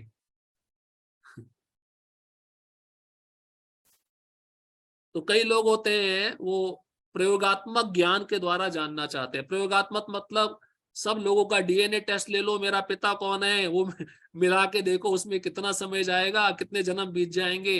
इसलिए शास्त्र का आश्रय लेना चाहिए, माँ को पूछना चाहिए कि मेरे पिता कौन है, वो बता देंगे। हमने ईशोपनिषद में पहले भी चर्चा किया था, प्रत्यक्ष प्रमाण, अनुमान प्रमाण, शब्द प्रमाण। कुछ पिछला याद रखा करो भाई, सब भूल जाते हो। मनुष्य को इस वृक्ष के उद्गम परमेश्वर की खोज ऐसे व्यक्तियों की संगति द्वारा करनी होती है जिन्हें उस परमेश्वर का ज्ञान प्राप्त है। अब देखो, संगति का महत्व बता रहे हैं। अब हमें पता कैसे चलेगा कि हम कृष्ण के अंश हैं? तो जो कृष्ण के भक्त हैं उनके संग में आएंगे, उनसे ज्ञान मिलेगा, तभी तो जान पाएंगे ना। तो संगति का महत्व बता रहे हैं, उन व्यक्तियों की संगति जिनको कृष्ण का ज्ञान है। और वही भक्त जब ज्ञान बताएंगे, यही ज्ञान की कुल्हाड़ी से आप इस संसार रूपी आसक्ति वाले वृक्ष को काट सकते हो। बस ये सार है। इस प्रकार ज्ञान से मनुष्य धीरे धीरे वास्तविकता के इस छद्म प्रतिबिंब से विलग हो जाता है। छद्म मतलब झूठा। ये प्रतिबिंब कैसा है? संसार का झूठा, छद्म बोला गया। छद्म मतलब झूठा, ये सत्य नहीं है। और संबंध विच्छेद होने पर वह वास्तव में मूल वृक्ष में स्थित हो जाता है। मूल वृक्ष मतलब गोलोक वृंदावन। जब यहां से अलग होगा, भक्ति करके जाएगा, तो मूल वृक्ष में चला जाएगा। इस प्रसंग में असंग शब्द अत्यंत महत्वपूर्ण है, क्योंकि विषय भोग की आसक्ति तथा भौतिक प्रकृति पर प्रभुता अत्यंत प्रबल होती है। असंग मतलब विषय भोग से दूर रहना, विषय भोग की आसक्ति से दूर रहना। असंग, आ मतलब नहीं, संग मतलब करना, संग ना करना, इसको कहते हैं असंग। इसलिए इस श्लोक में शब्द आया असंग। असंग मतलब विषय भोग की आसक्ति से दूर रहना। और दूसरा चीज है भौतिक संसार की वस्तुओं पर प्रभुता ना जताना। जनसंगश्च लौल्यश्च षड्भिर्भक्ति विनश्यति। दो बार जनसंग का शब्द आया उपदेशामृत में। जनसंग मतलब भौतिकतावादी लोगों का संग, जिसमें मायावादी, भुक्ति मुक्ति, कर्मी, योगी, ये सब का संग वर्जित है। क्योंकि ये सब लोग विषय भोग की आसक्ति में लगे हुए हैं। इन सब का अपना अपना कुछ उद्देश्य है, लेकिन जो शुद्ध भक्त होता है उसका कोई अपना उद्देश्य नहीं होता। और दूसरा, जब आपको ऐसा संग मिल जाएगा जो शुद्ध है, तो स्वाभाविक रूप से इस संसार की वस्तुओं पर प्रभुता जताने की इच्छा वो समाप्त हो जाएगी। ये वस्तु मेरी है, मैं इसका भोग करना चाहता हूं। ये प्रभुत्व, ये जो स्वामी भाव है, ये बहुत अहंकार पैदा करता है। अतएव प्रामाणिक शास्त्रों पर आधारित आत्मज्ञान की विवेचना द्वारा विरक्ति सीखनी चाहिए और ज्ञानी पुरुषों से श्रवण करना चाहिए। अब प्रभुपाद जी देखिए, दो विधियां बता रहे हैं। प्रामाणिक शास्त्र मतलब चार परंपरा में आए हुए आचार्यों ने जो टीकाएं लिखी हैं, उसी शास्त्रों को पढ़ना। बाहर से भगवत गीता मत पढ़ना, नहीं तो आपका मन भ्रमित हो जाएगा पूरा। तो प्रामाणिक आचार्यों के द्वारा दी गई टीकाएं, शास्त्र पे आधारित, उसको पढ़ना और ज्ञानी पुरुषों से श्रवण करना। जितना ज्यादा मात्रा में आप श्रवण करोगे, जितना ज्यादा मात्रा में आप प्रामाणिक ग्रंथों का अध्ययन करोगे, उतना ज्यादा मात्रा में इस अश्वत्थ रूपी वृक्ष की जड़ों को आप काट सकते हो, विरक्त हो सकते हो। भक्तों की संगति में रहकर ऐसी विवेचना से भगवान की प्राप्ति होती है। तो आपने कभी ऐसा सुना है भक्तों की संगति के बिना किसी को भगवान प्राप्त हुए हो? कोई ऐसा भक्त का नाम बता दो जिसने भक्तों की संगति के बिना भगवत प्राप्ति की हो, जो भगवत धाम गया हो। कोई ऐसा एक भी उदाहरण नहीं है। यहां तक कि महाजनों में भी देख लीजिए, प्रहलाद महाराज, ध्रुव महाराज, इन सबको भी भगवान के परम भक्तों का संग प्राप्त हुआ है, तभी इनको भगवत प्राप्ति हुई है। भक्ति भी भक्तों के संग से मिलती है और भगवत प्राप्ति भी भक्तों के संग से ही प्राप्त होती है। तब सर्वप्रथम जो करणीय है वह है भगवान की शरण ग्रहण करना। सबसे पहला कार्य क्या है? मैं भगवान का अंश हूं, भगवान मेरे स्वामी हैं, उनकी शरण में जाना। यहाँ पर उस स्थान पद का वर्णन किया गया जहां जाकर मनुष्य इस छद्म प्रतिबिंबित वृक्ष में कभी वापस नहीं लौटता। तो भगवान अपने धाम का वर्णन किए ही नहीं किए, तो इसका मतलब है वैकुंठ गोलोक सत्य है। हमने नहीं देखा, लेकिन शास्त्र तो इसको उजागर कर रहा है ना, प्रकट कर रहा है ना, तो सत्य मानना चाहिए, शास्त्र की वाणी है। और भी प्रमाण है, जब भगवान प्रकट होते हैं तो उसी गोलोक वृंदावन को इस भूतल पर भी प्रकट करते हैं। आप उस वृंदावन में भी जाते हो जो भगवान का नित्य निवास है, भगवान जहां पर रहते हैं, कभी बाहर नहीं जाते, तो उस वृंदावन में जाकर भी आप अनुभव कर सकते हो, मैं अपने घर में आया हूं, ये मेरा मूल घर है। क्योंकि कृष्ण पहले क्या बोले, यद गत्वा न निवर्तन्ते तद्धाम परमम मम।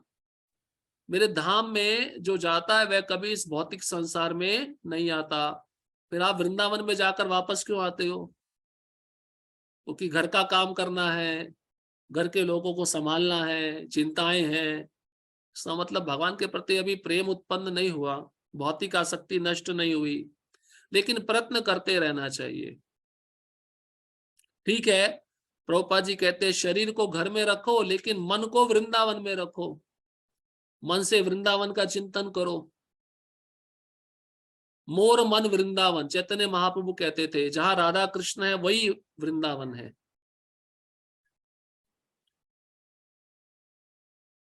तो ऐसे जगह पे जाना है जहां से लौटकर वापस इस जगत में नहीं आना। बुद्धिमान व्यक्ति वही है जो इसके बारे में सोचता है,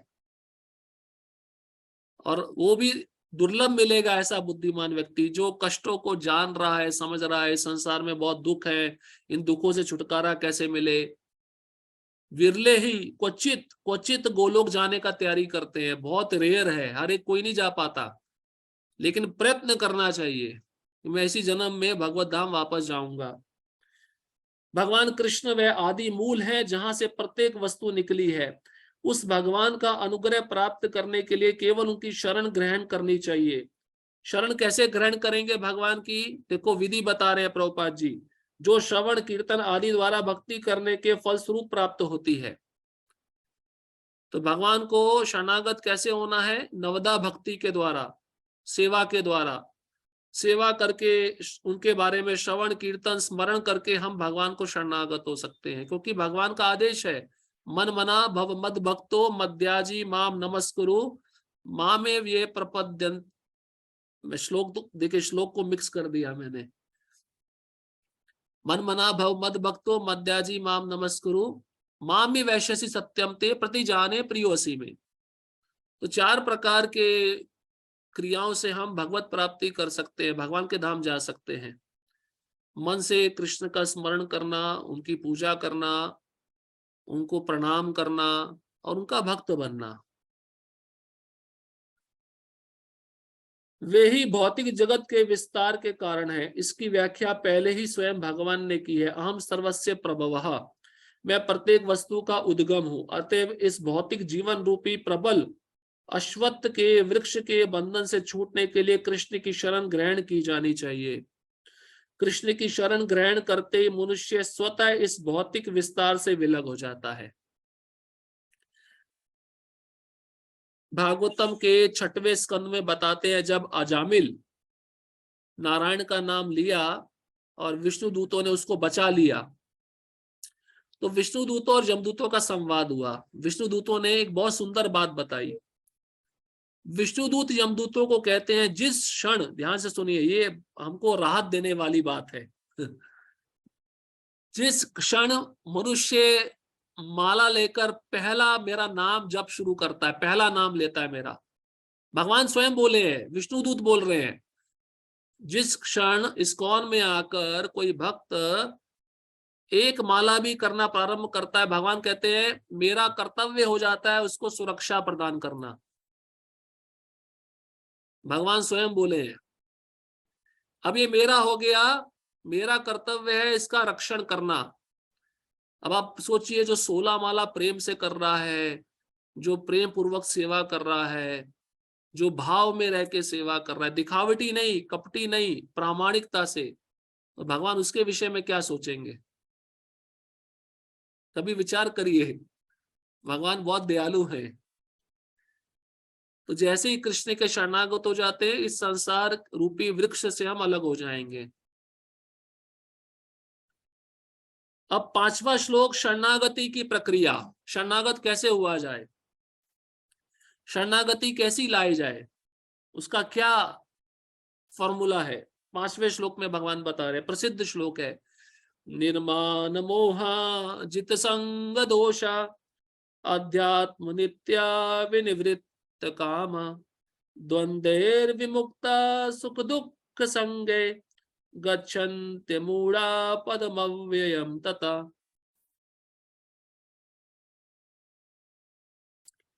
जो झूठी प्रतिष्ठा, मोह तथा कुसंगति से मुक्त है, तो शाश्वत तत्व को समझते हैं, जिन्होंने भौतिक काम को नष्ट कर दिया है, जो सुख तथा दुख के द्वंद्व से मुक्त हैं और जो मोह रहित होकर परम पुरुष के शरणागत होना चाहते हैं, वह उस शाश्वत राज्य को प्राप्त होते हैं।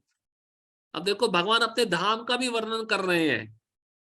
मेरा राज्य कैसे है, शाश्वत है, कभी भी नष्ट ना होने वाला मेरा राज्य है। तो उस राज्य में कौन आ सकता है? सुना आपने, गुण सुने, क्या क्या होना चाहिए उसमें?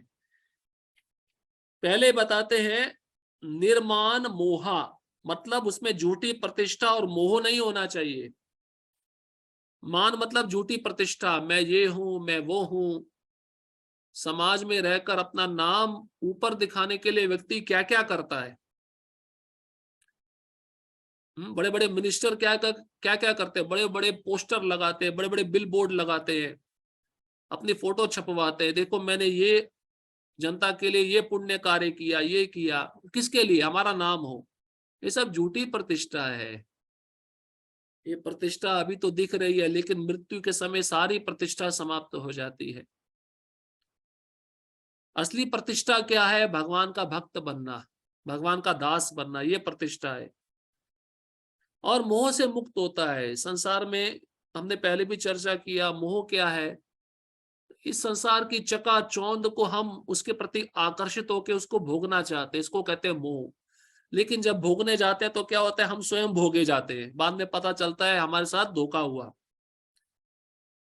मार्केट में जाते हो, बिग बाजार में गए, कहीं पे भी गए, डी मार्ट में गए, आपको बहुत अच्छा पैकिंग मिलता है, बाहर से कितना आकृष्ट दिखता है, क्या सुंदर पैकिंग किया है, लेकिन अंदर मान लो दाल जो भी है, जो भी वस्तु है, उसमें आपको कंकर पत्थर मिले तो आप यही समझोगे ना हमारे साथ धोखा किया गया।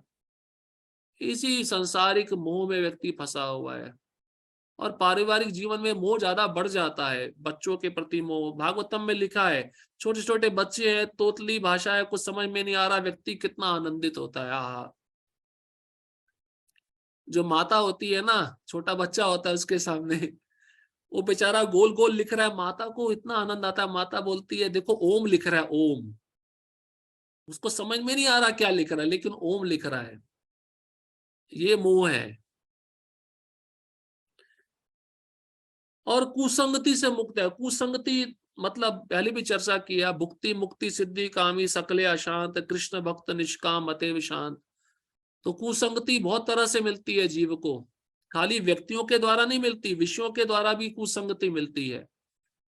कुछ गलत देखने से कुसंगति मिल रही है, कुछ गलत सुनने से कुसंगति मिल रही है, कुछ गलत खाने से जो भगवान को भोग नहीं लगा हुआ है वो भी कुसंगति है। तो इन सब प्रकार की कुसंगति से वह मुक्त रहता है, गलत संग में नहीं पड़ता और शाश्वत तत्व को समझता है। शाश्वत तत्व क्या है? शाश्वत तत्व एकमात्र परम सत्य श्री कृष्ण है। जो कृष्ण को समझता है, कृष्ण को जानता है, कृष्ण ही परम पुरुष हैं, कृष्ण 3 गुणों से परे हैं, कृष्ण शाश्वत हैं, कृष्ण अपने भक्तों से प्रेम करते हैं, इस तत्व को जानता है भक्ति के माध्यम से। और जिन्होंने भौतिक काम को नष्ट कर दिया है, मतलब भौतिक इच्छाएं पूरी तरह समाप्त हो गई हैं, इच्छाओं को उसने आध्यात्मिक इच्छा में मिला दिया, मतलब जो कृष्ण की इच्छा है वही मेरी इच्छा है। और सुख और दुख के द्वंद से मुक्त है, मतलब सुख में भी प्रसन्न नहीं होता, दुख में दुखी नहीं होता, समान दृष्टि रखता है। ऐसा व्यक्ति मुझे शरणागत होता है और मेरे धाम में वापस आता है। तात्पर्य यहां पर शरणागति का अत्यंत सुंदर वर्णन हुआ है। देखो, शरणागति करने के लिए ये सब क्रियाएं करनी होंगी। इसके लिए जिस प्रथम योग्यता की आवश्यकता वह है मिथ्या अहंकार से मोहित ना होना। चूंकि बद्ध जीव अपने को प्रकृति का स्वामी मानकर गर्वित रहता है, अतः उसके लिए भगवान की शरण में जाना कठिन होता है। प्रकृति पर अनादिकाल से जीव अपना स्वामित्व दिखा रहा है। इसका मतलब प्रकृति की हर एक वस्तु को भोगना चाहता है। जैसे बहुत कठिन होता है पारिवारिक जीवन में, भक्त में भी देखा गया है, दोनों पति पत्नी भक्त है, अगर पत्नी कुछ सेवा कर रही है मंदिर में, उससे कुछ गलती हो जाए और कोई मंदिर का अधिकारी उसके पति को कुछ बताए तो पति को अच्छा नहीं लगता, मेरी पत्नी के बारे में ऐसा क्यों बोल रहे हो, वो मेरी है। जबकि स्पष्ट बताया गया है वो दासी जो नाम मिलता है पीछे का, वो भगवान की दासी है, तुम्हारी दासी नहीं है वो, क्योंकि वो अंश भगवान का है। लेकिन देहात्म बुद्धि के कारण इतना मतलब प्रबल आकर्षण है कि वह उसको अपनी मान के रखता है, या स्त्री पति को अपना मान के रखती है। तो इस प्रकार से प्रकृति की हर एक वस्तु पे ये पुरुष, ये जीव शोषण करना चाहता है। और जब तक ये शोषण की भावना बनी रहेगी, प्रभुपाद लिखते हैं, उसके लिए भगवान की शरण में जाना कठिन होता है। ये भोक्ता की भावना को त्यागना पड़ेगा कि मैं भोगी हूं। सबसे बड़े भोक्ता कौन है? कृष्ण है। भोक्तारम यज्ञ तपसाम, ये याद रखो। उसे वास्तविक ज्ञान के अनुशीलन द्वारा यह जानना चाहिए कि वह प्रकृति का स्वामी नहीं है।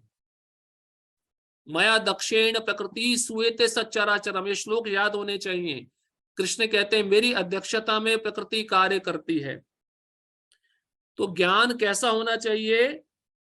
वह जीव समझ ले कि वह प्रकृति का स्वामी नहीं है, प्रकृति के स्वामी कृष्ण है, परम पुरुष है। उसका स्वामी तो परमेश्वर है। जब मनुष्य अहंकार से उत्पन्न मोह से मुक्त हो जाता है, तभी शरणागति की प्रक्रिया प्रारंभ हो सकती है। तो शरणागति सबसे पहले एक भक्त के लिए होनी चाहिए, तब भगवान के लिए शरणागति प्रारंभ होती है। क्योंकि भगवान तो प्रत्यक्ष रूप में हमारे सामने नहीं है, उनके शुद्ध भक्त है, तो उनके प्रति हम शरणागत होकर ये अंधकार को नष्ट, अहंकार को नष्ट कर सकते हैं, मोह को नष्ट कर सकते हैं। और देखिए, भक्ति की प्रक्रिया ऐसी है, कोई भी करे उसके अनर्थ नष्ट होंगे ही होंगे, चाहे वह कितना भी बुरा व्यक्ति क्यों ना हो। अरे अजामिल जैसा व्यक्ति जो वेश्या के संग में रहकर, वेश्या के हाथ का बना हुआ खाकर, चोरी डकैती लूटपाट करके वो जब भक्त बन गया, भगवत धाम चला गया, जगाई मदाई जैसे सुधर गए, तो भक्ति इतनी शुद्ध है। तो हम तो इतनी क्रियाओं में लिप्त नहीं है, तो हम शुद्ध नहीं हो सकते? बिल्कुल हो सकते हैं। तो देखिए, ये जो संस्था है अनेक रूप से कार्य करती है। कई लोग बोलते हैं ना कि इस्कॉन समाज के लिए क्या करता है, समाज के लिए बहुत बड़ा कार्य करता है। आपको पता है हमारे इस्कॉन में एक मिनिस्ट्री, एक मंत्रालय है, जेल में प्रचार करने का अलग से मंत्रालय है। कोई वहां पे जाता नहीं जेल में, दूसरे संप्रदाय का कोई व्यक्ति जेल में जाता नहीं, इस्कॉन के भक्त जाते हैं। और अलग से एक और मंत्रालय है, आदिवासी प्रचार। जो आदिवासी लोग हैं, जो शहरों में नहीं रहते, दूर दराज के इलाकों में रहते हैं, जिनको सभ्यता नहीं है, उन इलाकों में भी जाकर भक्त प्रचार करते हैं अपनी जान को खतरे में डालकर। तो एक प्रसंग आया, मैं आपके साथ शेयर करना चाहता हूं, बहुत जानना जरूरी है। जैसे हम अभी भक्ति वैभव कर रहे हैं, तो उस बैच में एक भक्त है मलेशिया के, तो उनकी एक ही सेवा है, वो जेल में जाकर प्रचार करना और ऐसे लोगों को प्रचार करना जिनको सजाए मौत मिली है, कुछ समय के बाद उनको फांसी लगने वाली है। तो भारत में तो ऐसा नियम नहीं है, लेकिन भारत के बाहर जो मुस्लिम देश है वहां पे बहुत कड़क नियम है। अगर वहां पे कोई नशीला पदार्थ लेकर पकड़ा जाता है तो उसको सजाए मौत दी जाती है सीधा। और दूसरा जो मर्डर करता है, खून करता है, उसको भी सजाए मौत है।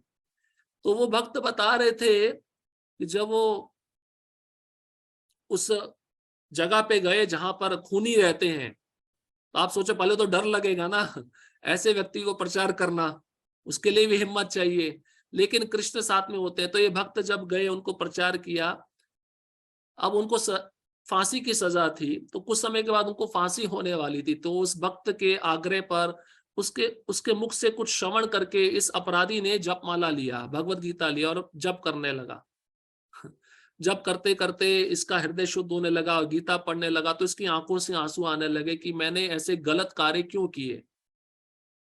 फिर बाद में इस भक्त ने अपने गुरु महाराज परम पूज्य जयपताका महाराज से याचना किया कि ये जो इसको सजाए मौत है, इसको उम्र कैद दे दी जाए। तो परम पूज्य जयपताका महाराज मलेशिया का जो जेल अथॉरिटी है उससे बात की है, तो उन लोगों ने भी देखा कि इस व्यक्ति में वास्तव में सुधार आया है, तो उसको फांसी की सजा से उसको उम्र कैद दे दिया। अब उसको एक ही सेवा दी है उस जेल में, जो दूसरे कैदी आते हैं उसको प्रचार करो, उसको माला दो, भगवत गीता पढ़ाओ। अब वो भक्त अंदर रहकर जेल में प्रचार कर रहा है। आप सोचो, ये इस्कॉन कर रहा है, कोई ऐसी संस्था नहीं जो ऐसा कार्य कर सके। और यही विधि है, ये सत्य विधि है, इसी से जीव सुधर सकता है। और आप देखिए, रशिया में जब प्रचार शुरू हुआ, उससे पहले एक पुस्तक आया था नमकीन ब्रेड, सॉल्टेड ब्रेड, उसमें तो पूरा कहानी लिखा है कि जेल में रहकर भक्तों ने कैसे प्रचार किया, अन्य कैदियों को कैसे भक्त बनाया। वो पढ़कर आपको भक्ति में और गंभीरता आ जाएगी, आप समझोगे हम कुछ भी नहीं है उनके सामने।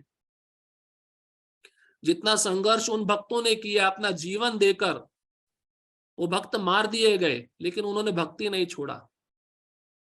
तो भगवान की हम पर विशेष कृपा है, हमको भारत भूमि पे जन्म दिया है और अनुकूल वातावरण दिया है, फिर भी हम आलस दिखाएं, मोह दिखाएं, शरणागत ना होए भगवान को, तो फिर उससे क्या लाभ।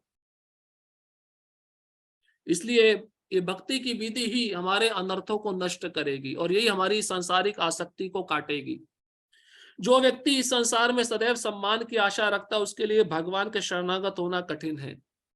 चैतन्य महाप्रभु भी कहे हैं, तृणादपि सुनीचेन तरोरेव सहिष्णुना अमानिना मान देना कीर्तनीय सदा हरि। इसलिए सम्मान की आशा नहीं रखनी चाहिए। जो सम्मान चाहता है कि मेरे को प्रणाम मिले, मेरा कोई नाम ले, वो कभी कृष्ण को शरणागत नहीं हो पाएगा।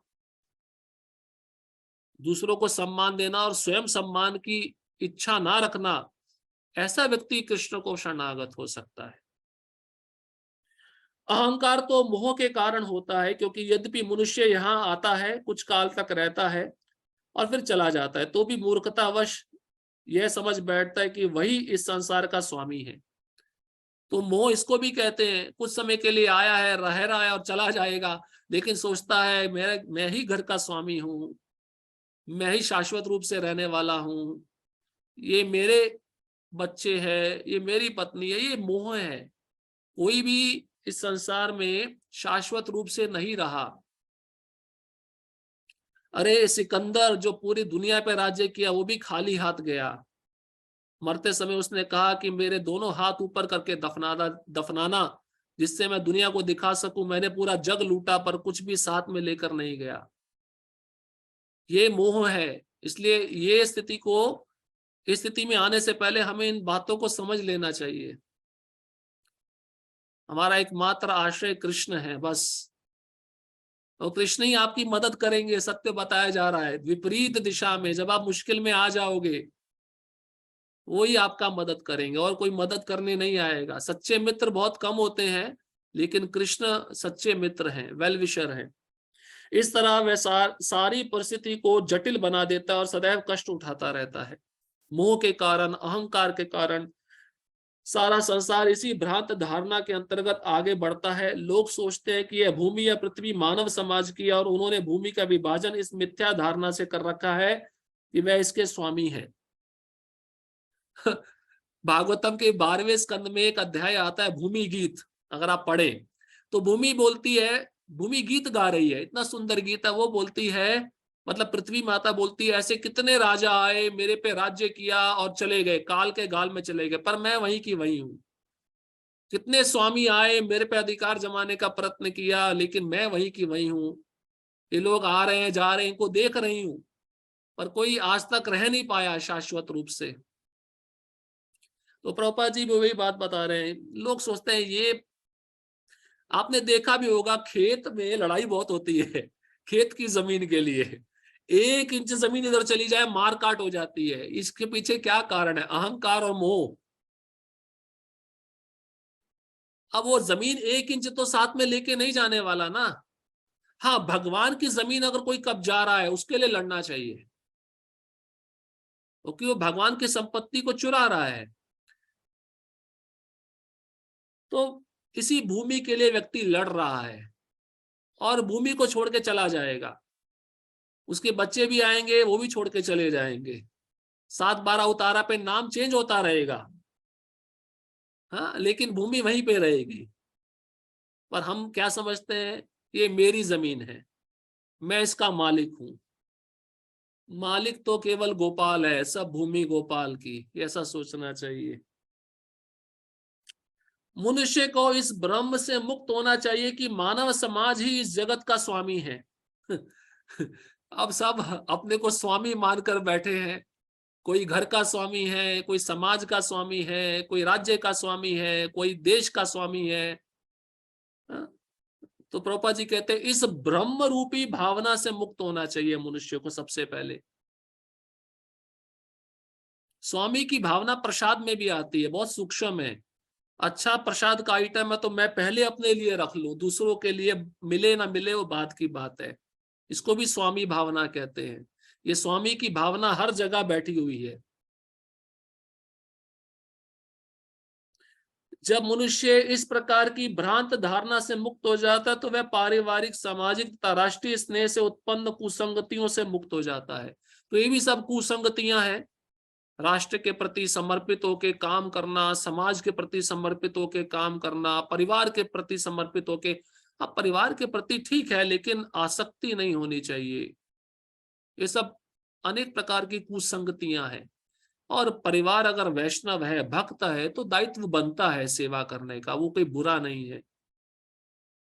लेकिन परिवार भक्त नहीं है और पूरा लिप्त होकर उसमें आगे पीछे घूम रहे हो, हाय हाय कर रहे हो, तो ये भी एक प्रकार की कुसंगति है। अब ये भगवान ने तो वृक्ष बताया बहुत बड़ा संसार का, लेकिन परिवार का भी वृक्ष होता है। उस परिवार के वृक्ष में ही व्यक्ति घूमता रहता है। कभी इसकी इच्छा पूरी करो, कभी उसकी इच्छा पूरी करो, कभी यहाँ पे जाओ, कभी वहां पे जाओ। आज पत्नी बोलती है ये लाओ, आज वो बोलता है, पुत्र बोलता है ये थोड़ा पैसा दे दो। अब इसी वृक्ष में वो व्यक्ति भी उलझा रहता है। छोटे मोटे वृक्ष से व्यक्ति बाहर नहीं निकल पा रहा है, बड़े वृक्ष वृक्ष से कैसे बाहर निकलेगा? ये त्रुटिपूर्ण संगतियां ही उसे संसार से बांधने वाली है। इस अवस्था के बाद उसे आध्यात्मिक ज्ञान विकसित करना होता है। उसे ऐसे ज्ञान का अनुशीलन करना होता है कि वास्तव में उसका क्या है और क्या नहीं है। अब आप समझ लो कि आपका क्या है, आपके केवल कृष्ण है बस। और आपका क्या नहीं है, परिवार आपका नहीं है, समाज आपका नहीं है, राष्ट्र आपका नहीं है। समझ लो इसको, आप डिफरेंशिएशन कर लो, आसानी रहेगी आपको भक्ति करने में। कौन सा डेबिट है, कौन सा क्रेडिट है। और जब उसे वस्तुओं का सही सही ज्ञान हो जाता है तो वह सुख दुख, हर्ष विषाद जैसे द्वंद्वों से मुक्त हो जाता है। वह ज्ञान से परिपूर्ण हो जाता है और तब भगवान का शरणागत बनना संभव हो पाता है। देखो इतना लंबा प्रोसेस है शरणागत होने का। लेकिन अगर अच्छे भक्तों का संगति मिले और उनके मार्ग निर्देशानुसार कार्य किया जाए तो ये सब चीजें हो जाती हैं, कोई मुश्किल नहीं है। लेकिन अपना दृढ़ निश्चय होना चाहिए, अपना संकल्प शक्ति होना चाहिए। अब भगवान अपने धाम का वर्णन कर रहे हैं, देखिए बहुत सुंदर श्लोक है। आध्यात्मिक जगत, गोलोक, वृंदावन, वैकुंठ का वर्णन कर रहे हैं। ये प्रमाण है कि भगवान का घर है, हमें वहां पे जाना है। भगवान इन श्लोकों के द्वारा बता रहे हैं। अब ऐसा बात अगर बाहर के व्यक्ति को बताएंगे तो वह समझ नहीं पाएगा, वो बोलेगा ये पागलों वाला बात कर रहे क्या। क्योंकि भगवान के धाम में देखिए क्या क्या विशेषताएं हैं।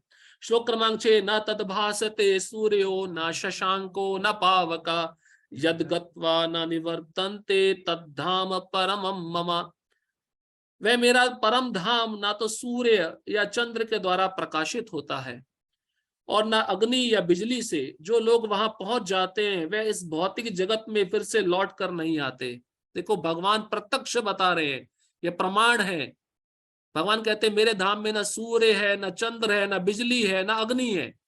ये चारों से ही आपको प्रकाश मिलता है ना, चारों से आप देख सकते हो। भगवान कहते हैं चारों चीजें नहीं है, तो इसका मतलब भगवान का धाम अंधकार से बना हुआ है क्या? अंधकार से नहीं है, भगवान स्वयं कोटि कोटि सूर्यों की आभा वाले हैं। हाँ, उनके शरीर से इतनी आभा, इतनी ज्योति निकलती है कि वहां पे सूर्य की आवश्यकता ही नहीं है। वहां पे जो भक्त रहते हैं उनके शरीर से स्वयं प्रकाश निकलता रहता है, स्वयं प्रकाशित धाम है। वहां पे काल प्रवेश नहीं कर सकता। अरे सूर्य के द्वारा ही काल की गणना होती है ना, सूर्य ही तय करता है दिन और रात। सूर्य उदय हुआ तो दिन हो गया, अस्त हो गया तो रात हो गई। वहां पे सूर्य नहीं है, इसका मतलब क्या है? वहां पे काल की गणना नहीं है, काल प्रवेश नहीं कर सकता, मृत्यु नहीं होती वहां पे। इसका अर्थ ये है, यहाँ पे सबको मृत्यु से भय है। अब मृत्यु से भय है इसका मतलब हम शाश्वत है, आत्मा मरता नहीं है, शरीर मरता है। तो मतलब हमारा स्वाभाविक स्थान कौन सा है जहां पे हमें जाना है? वो गोलोक वृंदावन है, जहां पे मृत्यु का भय नहीं है। और भगवान देखो दूसरी लाइन में प्रत्यक्ष प्रमाण बताते, कहते हैं यद गत्वा मतलब वहां पर जाकर, ना निवर्तनते, ना मतलब नहीं निवर्तनते मतलब वापस नहीं आता, तद धाम परमम ममा, वो मेरा धाम है। इससे पहले वाले श्लोक में भगवान ने बताया ना कि ऐसी जगह पे जाने का प्रयत्न करना चाहिए जहां पे जाकर वापस ना आया जाए। तो वो धाम अब भगवान बताने जा रहे हैं। और आप समझ लीजिए वैकुंठ लोक से लेकर गोलोक वृंदावन की दूरी 50,000 करोड़ योजन है। 50,000 करोड़ योजन वैकुंठ से गोलोक की दूरी। एक योजन 8 किलोमीटर का होता है। 50,000 करोड़ को आप 8 से गुना कर लो, इतना लंबा डिस्टेंस है। और इतना लंबा डिस्टेंस यहां से, अब यहां से कितनी दूरी होगी मैं बता नहीं सकता हूं। मैं वैकुंठ और गोलोक का डिफरेंस बताया। अब यहां से आपको, आप विचार करो, ये आत्मा निकलता है और गोलोक में जाता है।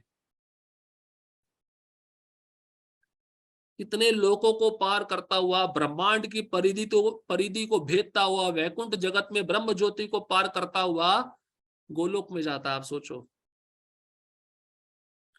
तात्पर्य यहाँ पर आध्यात्मिक जगत अर्थात भगवान कृष्ण के धाम का वर्णन हुआ है, जिसे कृष्ण लोक या गोलोक वृंदावन कहा जाता है।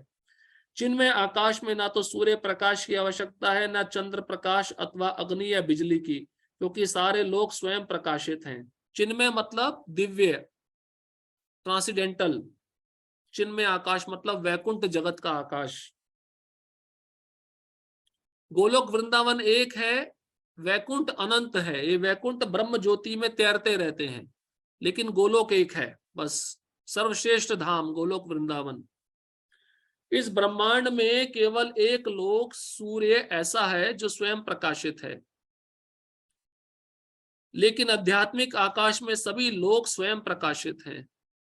तो ये भगवान ने सोचा चलो ये लोक अंधकार में रहेगा, इसलिए एक सूर्य दे देते हैं। भगवान ने सूर्य दिया, उस सूर्य के द्वारा, प्रकाश के द्वारा सब कुछ आप देख सकते हो ना। और मनुष्य ने सोचा चलो भगवान ने सूर्य दिया है, हम भी अपना सूर्य बनाते हैं। रात में हमने भी अपना सूर्य बनाया, ट्यूबलाइट, बल्ब, ये छोटे मोटे सूर्य हैं हमारे। देखो नकल कर रहा है जीव हर समय भगवान की, लेकिन भगवान के कंपटीशन में कहीं भी टिकता नहीं है वो।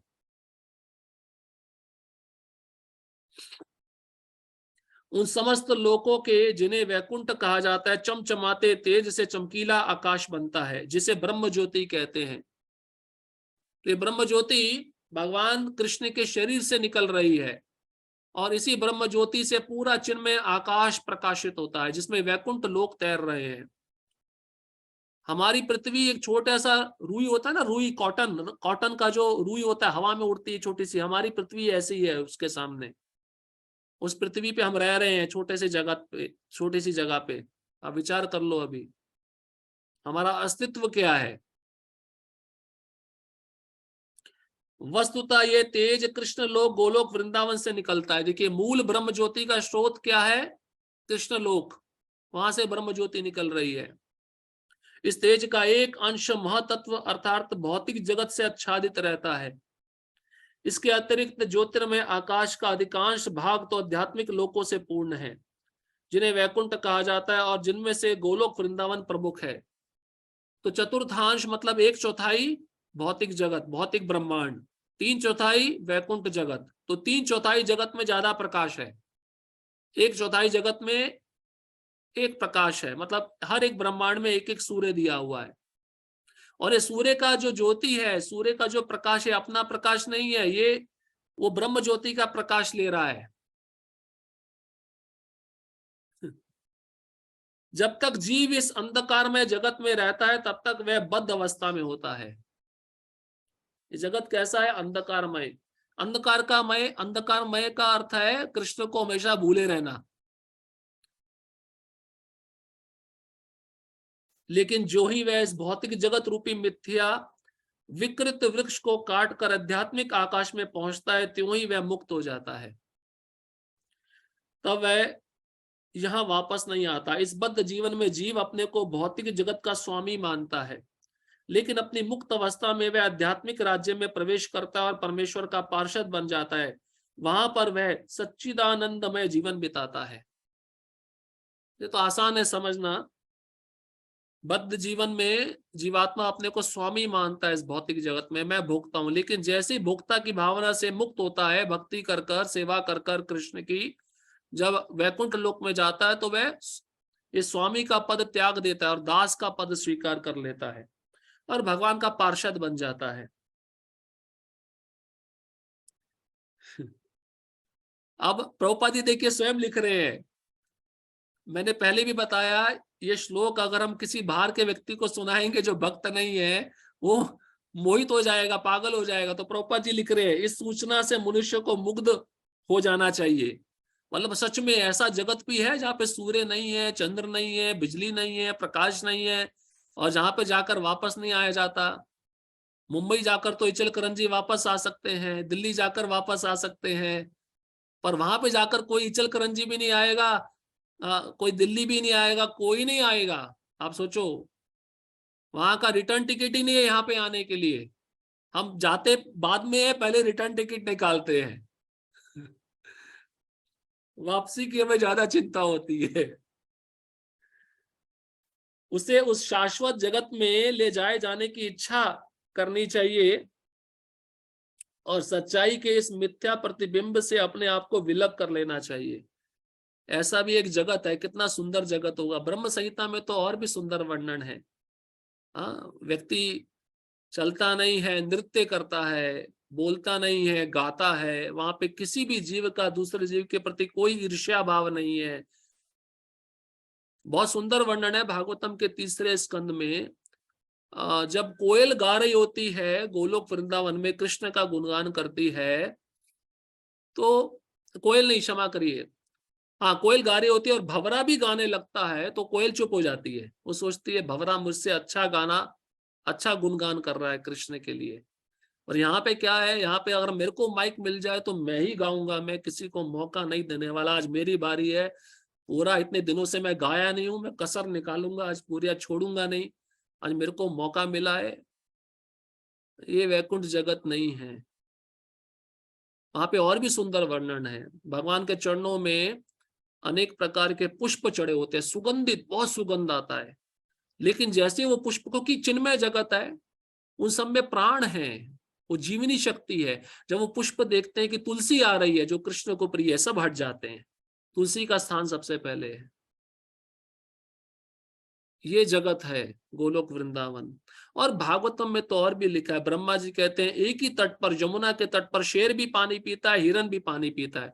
आप बोलोगे कैसे संभव है? ये गोलोक वृंदावन में संभव है, क्योंकि वहां पे ईर्ष्या नहीं है। तभी तो चैतन्य महाप्रभु ने झारखंड के जंगलों में शेर और हिरन को आलिंगन करा के नचवाया। ये क्या प्रमाण है? ये गोलोक वृंदावन का प्रमाण है। बहुत सारा वर्णन है।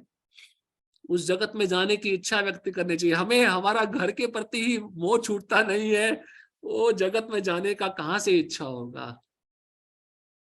क्योंकि अब हमारा गंदा आदत पता है क्या है? जो हमें दिखाएगा तब हम विश्वास करेंगे। हमने देखा ही नहीं है तो हम विश्वास क्यों करें? एक गलत धारणा हमारे मन में बैठी हुई है। लेकिन शब्द प्रमाण सत्य है। अरे हमने नहीं देखा, हमारे आचार्यों ने तो देखा है। तो वो जो प्रमाण बता रहे हैं उसको समझ के आप सत्य मान लो, इस पे श्रद्धा रख लो, तब भी आप चले जाओगे। इसी को श्रद्धा कहते हैं।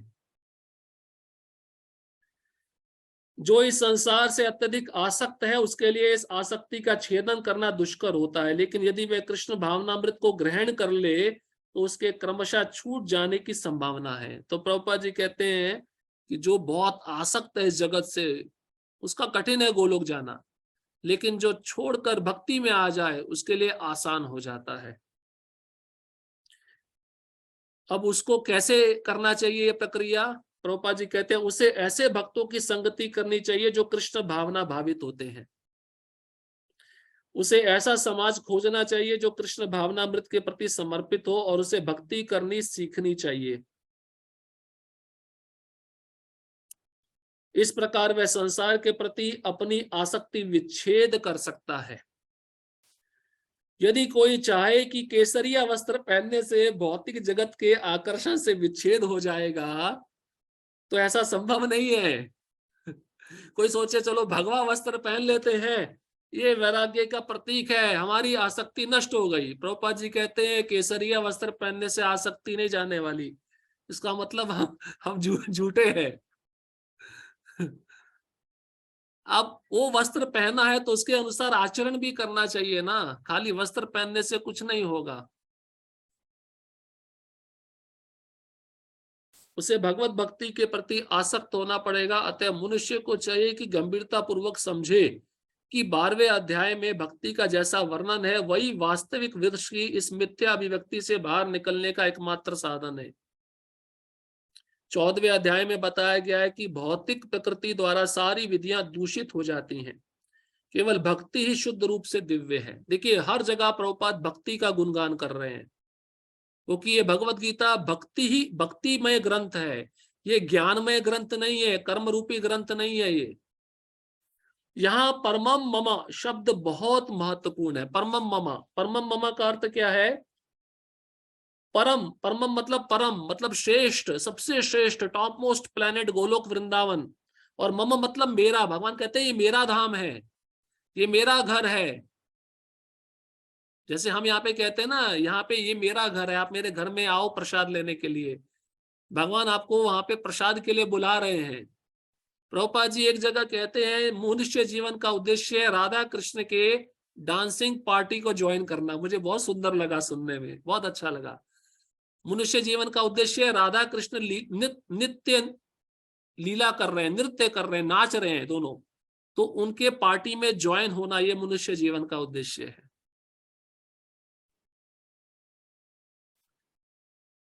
वास्तव में जगत का कोना कोना भगवान की संपत्ति है, परंतु दिव्य जगत परम है और 6 ऐश्वर्यों से पूर्ण है। कठोपनिषद 2.2.15 में भी इसकी पुष्टि की गई है कि दिव्य जगत में सूर्य प्रकाश, चंद्र प्रकाश या तारागण की कोई आवश्यकता नहीं है।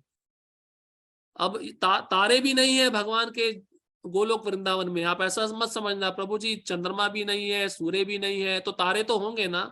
तारे भी नहीं है वहां पे। न तत्र सूर्यो भाति न चंद्र तारकम। देखो अन्य शास्त्रों में भी कठोपनिषद का उदाहरण देकर प्रभुपाद जी बता रहे हैं, भगवान के धाम में ये सब चीजें नहीं है, क्योंकि समस्त आध्यात्मिक आकाश भगवान की आंतरिक शक्ति से प्रकाशमान है। अंतरंगा शक्ति स्वयं श्रीमती राधा रानी के द्वारा प्रकाशित है वो धाम। इसलिए हम क्या बोलते हैं, तप्त कांचन गौरांगी राधे वृंदावनेश्वरी। इसका मतलब क्या है, वृंदावनेश्वरी। वृंदावन की ईश्वरी कौन है? कौन है? राधा रानी है। कृष्ण नहीं है वृंदावन के ईश्वर, राधा रानी है। तो उनकी शक्ति से, आंतरिक मतलब अंतरंगा शक्ति से प्रकाशमान है। उस परम धाम तक केवल शरणागति से ही पहुंचा जा सकता है, अन्य किसी साधन से नहीं। तो शरणागति होनी चाहिए, जो बताया जा रहा है वो करने का। नहीं करोगे तो उस धाम में प्रवेश नहीं मिलेगा। तो शरणागति के क्या क्या गुण है भगवान इस श्लोक में, उसके पूर्व के श्लोक में बताए हैं। अब भगवान 7वें श्लोक में बताते हैं जीव का देहांतरण, 7 से 11 श्लोक तक। जीव की पहचान क्या है, अगले श्लोक में भगवान बता रहे हैं। ये जीव मेरा अंश है, इसकी पहचान क्या है? मैं इसका पिता हूं, ये मेरा अंश है, मेरा पुत्र है। भगवान स्वयं कह रहे हैं। श्लोक क्रमांक 7, ममेवांशो जीव लोके जीव भूत सनातना मनश्ष्टानि इंद्रियाणि प्रकृतिस्थानि कर्षति। इस बद्ध जगत में सारे जीव मेरे शाश्वत अंश हैं। बद्ध जीवन के कारण वे 6 इंद्रियों से घोर संघर्ष कर रहे हैं, जिनमें मन भी सम्मिलित है। भगवान क्या कहते हैं, मेरे कौन है ये जीव? शाश्वत अंश है। शाश्वत अंश, शाश्वत मतलब नित्य। ऐसा कभी भी नहीं हुआ कि मेरे अंश ना हो, हमेशा मेरे अंश हैं, मेरे पुत्र हैं। और एक समस्या है इनके साथ में। क्या समस्या है? मन षष्टानि इंद्रियाणि, इंद्रियों के साथ 6वां इंद्रिया मन, ये 6 मिलकर इस भौतिक जगत में संघर्ष कर रहे हैं। संघर्ष मतलब भागा दौड़ी चल रही है। मुझे ये चाहिए, मुझे वो चाहिए, मुझे ये प्राप्त करना है, मुझे वो प्राप्त करना है। प्रकृति के साथ इन 6 इंद्रियों का संघर्ष चल रहा है। लेकिन अगर इन्हीं इंद्रियों को वह कृष्ण की सेवा में लगा दे तो उसके लिए बहुत आसान हो जाता है भगवत धाम वापस जाना। तात्पर्य श्लोक में जीव का स्वरूप स्पष्ट है। जीव परमेश्वर का सनातन रूप से सूक्ष्म अंश है। ऐसा नहीं है कि बद्ध जीवन में वह एक व्यष्टित्व धारण करता है और मुक्त अवस्था में वह परमेश्वर से एकाकार हो जाता है। व्यष्टित्व मतलब इंडिविजुअल और एकाकार मतलब मिल जाना। तो प्रभुपाद जी कहते हैं ऐसा नहीं है कि अभी तो एक है लेकिन जब मुक्त हो गया तो भगवान में मिल गया, ऐसा नहीं है। मुक्त होने पर भी जीव भगवान में मिलता नहीं है, अलग रहता है, उसकी पहचान अलग से बनी रहती है। वह सनातन का अंश रूप है। यहाँ पर स्पष्टतः सनातन कहा गया है। सनातन मतलब शाश्वत। हम कहते हैं ना सनातन धर्म की जय हो। सनातन, सनातन मतलब शाश्वत। ये ऐसा धर्म है जो सृष्टि के अनादिकाल से चला आ रहा है। सबसे पुराना, सबसे प्राचीन धर्म है सनातन धर्म। वेद वचन के अनुसार परमेश्वर अपने आप को असंख्य रूपों में प्रकट करके विस्तार करते हैं, जिनमें से व्यक्तिगत विस्तार विष्णु तत्व कहलाते हैं और गौण विस्तार जीव कहलाते हैं। तो 2 प्रकार के विस्तार होते हैं भगवान से, स्वांश और विभिन्नांश। स्वांश मतलब भगवान के अवतार विष्णु तत्व और विभिन्नांश मतलब जीव तत्व। दूसरे शब्दों में विष्णु तत्व निजी विस्तार स्वांश है और जीव विभिन्नांश पृथकीकृत अंश है। पृथकीकृत मतलब अलग। अपने स्वांश द्वारा वह भगवान राम, नरसिंह देव, विष्णु मूर्ति तथा वैकुंठ लोक के प्रधान देवों के रूप में प्रकट होते हैं। विभिन्नांश अर्थात जीव सनातन सेवक होते हैं। विभिन्नांश हम सब जीव हैं 84 लाख योनि में, और स्वांश राम, नरसिंह, वरा, वामन, कच्छप, ये सब स्वांश अवतार हैं। भगवान के स्वांश सदैव विद्यमान रहते हैं। इसी प्रकार जीवों के विभिन्नांशों के अपने स्वरूप होते हैं। परमेश्वर के विभिन्नांश होने के कारण जीवों में भी उनके आंशिक गुण पाए जाते हैं, जिनमें वह स्वतंत्रता एक है। अब जो गुण भगवान में है वही गुण जीवात्मा में भी है ना। भगवान हमारे पिता है तो एक गुण का यहाँ पे वर्णन हो रहा है, स्वतंत्रता। तो भगवान स्वराट है, पूर्ण स्वतंत्र है, जीव भी स्वतंत्र है, लेकिन पूर्ण स्वतंत्र नहीं है, वो आंशिक स्वतंत्र है। लेकिन इसी स्वतंत्रता का जब वह दुरुपयोग करता है, गलत इस्तेमाल करता है, तब उसको इस भौतिक जगत में आना पड़ता है। और आप इस बात को मान लो, हम सबने वो गलती की है, हमने वो अल्प स्वतंत्रता का दुरुपयोग किया, इसलिए हमको यहाँ पे भेजा गया है। प्रत्येक जीव का आत्मा रूप में अपना व्यष्टित्व और सूक्ष्म स्वातंत्र्य होता है।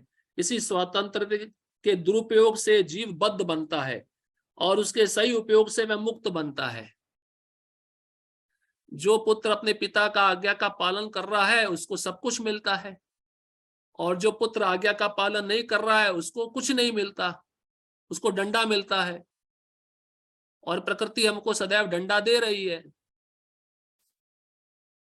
दोनों ही अवस्थाओं में वह भगवान के समान ही सनातन होता है। मुक्त अवस्था में वह इस भौतिक अवस्था से मुक्त रहता है और भगवान की दिव्य सेवा में निरत रहता है। मुक्त अवस्था में वह अपने को क्या समझता है? मैं कृष्ण का दास हूं, ठीक है। और बद्ध अवस्था में वह क्या सोचता है? मैं बॉस हूं, मैं भोक्ता हूं, मैं स्वामी हूं। ये बद्ध अवस्था की पहचान है।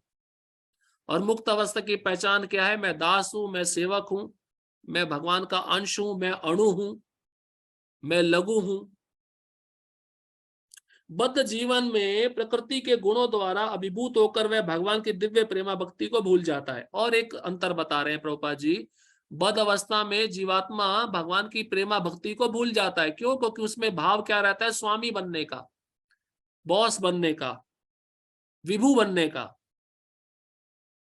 तो प्रेमा भक्ति कैसे आएगी? भक्त बन के आएगी, दास बन के आएगी, सेवक बन के आएगी।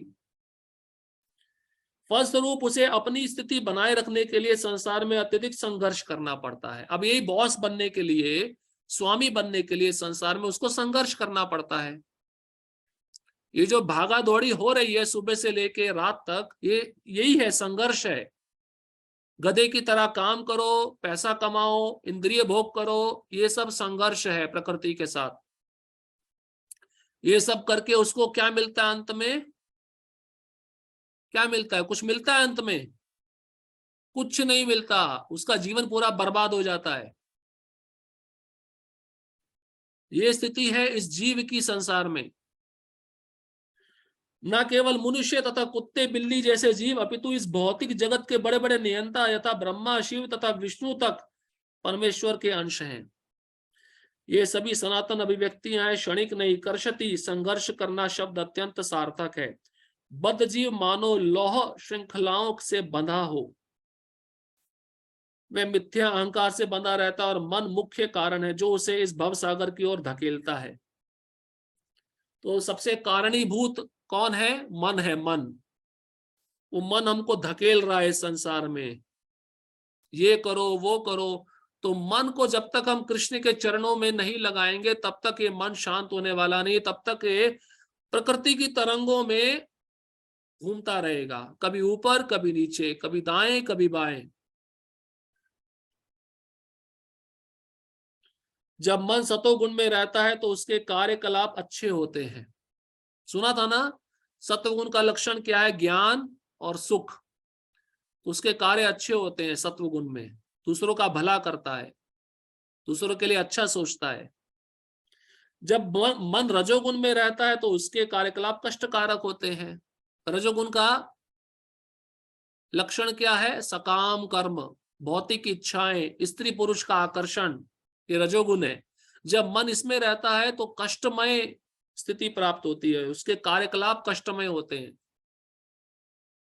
क्योंकि भागा दौड़ी, शरीर को कष्ट पहुंचाना, शरीर के लिए सब वस्तुएं जुटाना। और जब मन तमोगुण में होता है तो वह जीवन की निम्न योनियों में चला जाता है, पशु पक्षी। क्योंकि वह जीव मोह, प्रमाद, प्रमत्तता से ग्रस्त रहता है। तो तमोगुणी व्यक्ति को फिर निम्न योनियों में डाला जाता है। लेकिन इस श्लोक में स्पष्ट है कि बद्ध जीव मन तथा इंद्रियों समेत भौतिक शरीर से आवरित है, और जब वह मुक्त हो जाता है तो यह भौतिक आवरण नष्ट हो जाता है, लेकिन उसका आध्यात्मिक शरीर अपने वैश्य रूप में प्रकट होता है। तो ये सूक्ष्म जो आत्मा है, आत्मा के ऊपर दो शरीर हैं, दो आवरण है, एक सूक्ष्म शरीर और एक स्थूल शरीर। सूक्ष्म शरीर मन बुद्धि अहंकार, स्थूल शरीर पृथ्वी जल अग्नि आकाश वायु। जैसे आपने शरीर के ऊपर बनैन पहना, बनैन के ऊपर कुर्ता पहना, समझ गए? उसी प्रकार आत्मा के ऊपर दो शरीर हैं, सूक्ष्म शरीर स्थूल शरीर। जब तक दोनों शरीर नष्ट नहीं होंगे तब तक गोलोक में नहीं जा सकता व्यक्ति, वैकुंठ नहीं जा सकता। और आप सोचो, स्थूल शरीर नष्ट हो गया, सूक्ष्म शरीर है, तो मतलब अभी भी भौतिक इच्छा है, इसलिए सूक्ष्म शरीर आत्मा को लेकर दूसरे शरीर में जाता है, देहांतरण करता है। ये प्रक्रिया भगवान आगे बताने वाले हैं। मध्यानिंदायन श्रुति में यह सूचना प्राप्त है, सा वह एष ब्रह्मनिष्ठा इदम शरीरम मर्त्य मतिसृज्य ब्रह्मा विसंपद्य ब्रह्मणा पश्यति ब्रह्मणा शृणोति ब्रह्मणे वेदम सर्वमनुभवति। यहाँ यह बताया गया है कि जब जीव अपने इस भौतिक शरीर को त्यागता है और आध्यात्मिक जगत में प्रवेश करता है तो उसे पुनः आध्यात्मिक शरीर प्राप्त होता है, जिससे वह भगवान का साक्षात्कार कर सकता है। यह उनसे आमने सामने बोल सकता है और सुन सकता है तथा जिस रूप में भगवान है उन्हें समझ सकता है। स्मृति से भी यह ज्ञात होता है, वसंति यत्र पुरुषा सर्वे वैकुंठ मूर्तया। वैकुंठ में सारे जीव भगवान जैसे शरीरों में रहते हैं। तो भगवान का जैसा शरीर वैकुंठ में है, गोलोक में है, वैसा ही शरीर उस जीव को मिलता है जब वह भौतिक जगत छोड़कर आध्यात्मिक जगत में जाता है। कौन सा शरीर? सत चित आनंद। सत मतलब पूर्ण ज्ञान में नहीं, सत मतलब पूर्ण शाश्वत, चित्त मतलब पूर्ण ज्ञान में, आनंद मतलब पूर्ण आनंद। जहां तक शारीरिक बनावट का प्रश्न है, अंश रूप जीवों तथा विष्णु मूर्ति के विस्तारों अंशों में कोई अंतर नहीं होता। दूसरे शब्दों में भगवान की कृपा से मुक्त होने पर जीव को आध्यात्मिक शरीर प्राप्त होता है। ममे वांशः शब्द भी अत्यंत सार्थक है, जिसका अर्थ है भगवान के अंश। हम किसके अंश हैं? हम भगवान के अंश हैं। भगवान का अंश ऐसा नहीं होता जैसे किसी पदार्थ का टूटा खंड अंश। अभी हम भगवान से अलग हो गए ना, फिर भी भगवान हमको अंश के रूप में स्वीकार कर रहे हैं। इसका मतलब भगवान चाहते हैं तुम मेरे घर वापस आ जाओ, तुम इस भौतिक जगत में मत रहो, क्योंकि इस भौतिक जगत में ज्यादा समय रहने से तुमको कष्ट मिलेगा। क्योंकि भगवान ने इस भौतिक जगत का परिभाषा क्या दिया है? दुख दोषानु दर्शनम दुखालयम अशाश्वतम। ये दुखों का घर है। हम द्वितीय अध्याय में देख चुके हैं कि आत्मा के खंड नहीं किए जा सकते। इस खंड की भौतिक दृष्टि से अनुभूति नहीं हो पाती। यह पदार्थ की भांति नहीं है जिसे चाहो तो कितने ही खंड कर दो और उन्हें पुनः जोड़ दो। आत्मा के टुकड़े नहीं किए जा सकते। प्रभुपाद जी कहते हैं ये भगवान का नित्य सनातन अंश है। ऐसी विचारधारा यहाँ पर लागू नहीं होती, क्योंकि संस्कृत के सनातन शब्द का प्रयोग हुआ है। सनातन मतलब शाश्वत, जिसको टुकड़े नहीं किया जा सकता, जिसको काटा नहीं जा सकता है। तो प्रभुपाद जी कहते हैं दूसरे अध्याय में भी भगवान बोले हैं जीवात्मा को कोई मार नहीं सकता, गला नहीं सकता, सुखा नहीं सकता, जला नहीं सकता। तो सनातन शब्द इसी को संबोधन करता है। विभिन्नांश सनातन है। द्वितीय अध्याय के प्रारंभ में यह भी कहा गया है कि प्रत्येक व्यक्ति के शरीर में भगवान का अंश विद्यमान है। देहिनो अस्मिन यथा देह, वह अंश जब शारीरिक बंधन से मुक्त हो जाता है तो आध्यात्मिक आकाश में वैकुंठ लोक में अपना आदि आध्यात्मिक शरीर प्राप्त कर लेता है। तो वह अंश क्या है? आत्मा। जब आत्मा इस दोनों प्रकार के शरीर को त्याग कर भगवान की शरणागति कर कर सेवा करके वैकुंठ में जाता है तो उसको पूर्ण दिव्य सच्चिदानंदमय आध्यात्मिक शरीर प्राप्त होता है, जिससे उसी शरीर में वह भगवान को देख सकता है, सुन सकता है, बातें कर सकता है, समझ सकता है। तो अभी जो भौतिक शरीर हमको मिला है वर्तमान स्थिति में दूषित है, इसकी इंद्रियां शुद्ध नहीं है, इसलिए हम भगवान को पूरी तरह से समझ नहीं पाते, क्योंकि मन में इंद्रियों में भोग भावना बनी हुई है। तो आध्यात्मिक शरीर में ही भगवान की संगति प्राप्त होती है, जिससे वह भगवान की संगति का लाभ उठाता है। किंतु ऐसा समझा जाता है कि जीव भगवान का अंश होने के कारण गुणात्मक दृष्टि से भगवान के समान है, जिस प्रकार स्वर्ण के अंश भी स्वर्ण होते हैं। तो गुणात्मक मतलब गुण के, जीव गुण में भगवान के समान है। सोने की खान, सोने का कण, तो सोने की खान में जो गुण है वही सोने के कण में भी है, लेकिन मात्रा में अंतर है। मात्रा क्या है? भगवान विभु है, जीव अणु है। भगवान स्वामी है, जीव दास है, सेवक है। ये मात्रात्मक रूप में अंतर है, गुणात्मक रूप में अंतर नहीं है। तो चैतन्य महाप्रभु इसी को क्या कहते हैं? अचिंत्य भेदाभेद तत्व। तो इस प्रकार से अब ये जो श्लोक से लेके 11 श्लोक तक जीव का देहांतरण, जीव कैसे शरीर बदलता है, बहुत सुंदर प्रक्रिया भगवान बताएंगे आगे के 3 श्लोकों में। तो इस श्लोक में भगवान बताए हैं कि जीव मेरा सनातन अंश है, मेरे से कभी अलग नहीं होता, ये दिव्य है, लेकिन अपनी अल्प स्वतंत्रता के दुरुपयोग के कारण वह मुझसे अलग हो गया है और इस भौतिक जगत में आकर कर्षति मतलब संघर्ष कर रहा है। 5 ज्ञानेंद्रिया और मन रूपी इंद्रियों को मिलाकर मन षष्ठानी, मन मतलब मन, षष्ठानी मतलब 6 इंद्रियाणी, ये 6 इंद्रियों के साथ प्रकृति में रहकर वह संघर्ष कर रहा है, उसको भूल चुका है। इसी के कारण उसका देहांतरण शुरू होता है, एक शरीर से दूसरे शरीर, दूसरे शरीर से तीसरे शरीर, इस प्रकार से उसका देहांतरण चलता रहता है। तो भगवान अब आगे आने वाले 3 श्लोकों में जीव का देहांतरण बताएंगे। हम यहीं पे समाप्त करते हैं, समय हो गया। हरे कृष्णा कृष्णा कृष्णा हरे हरे, हरे राम राम राम हरे हरे।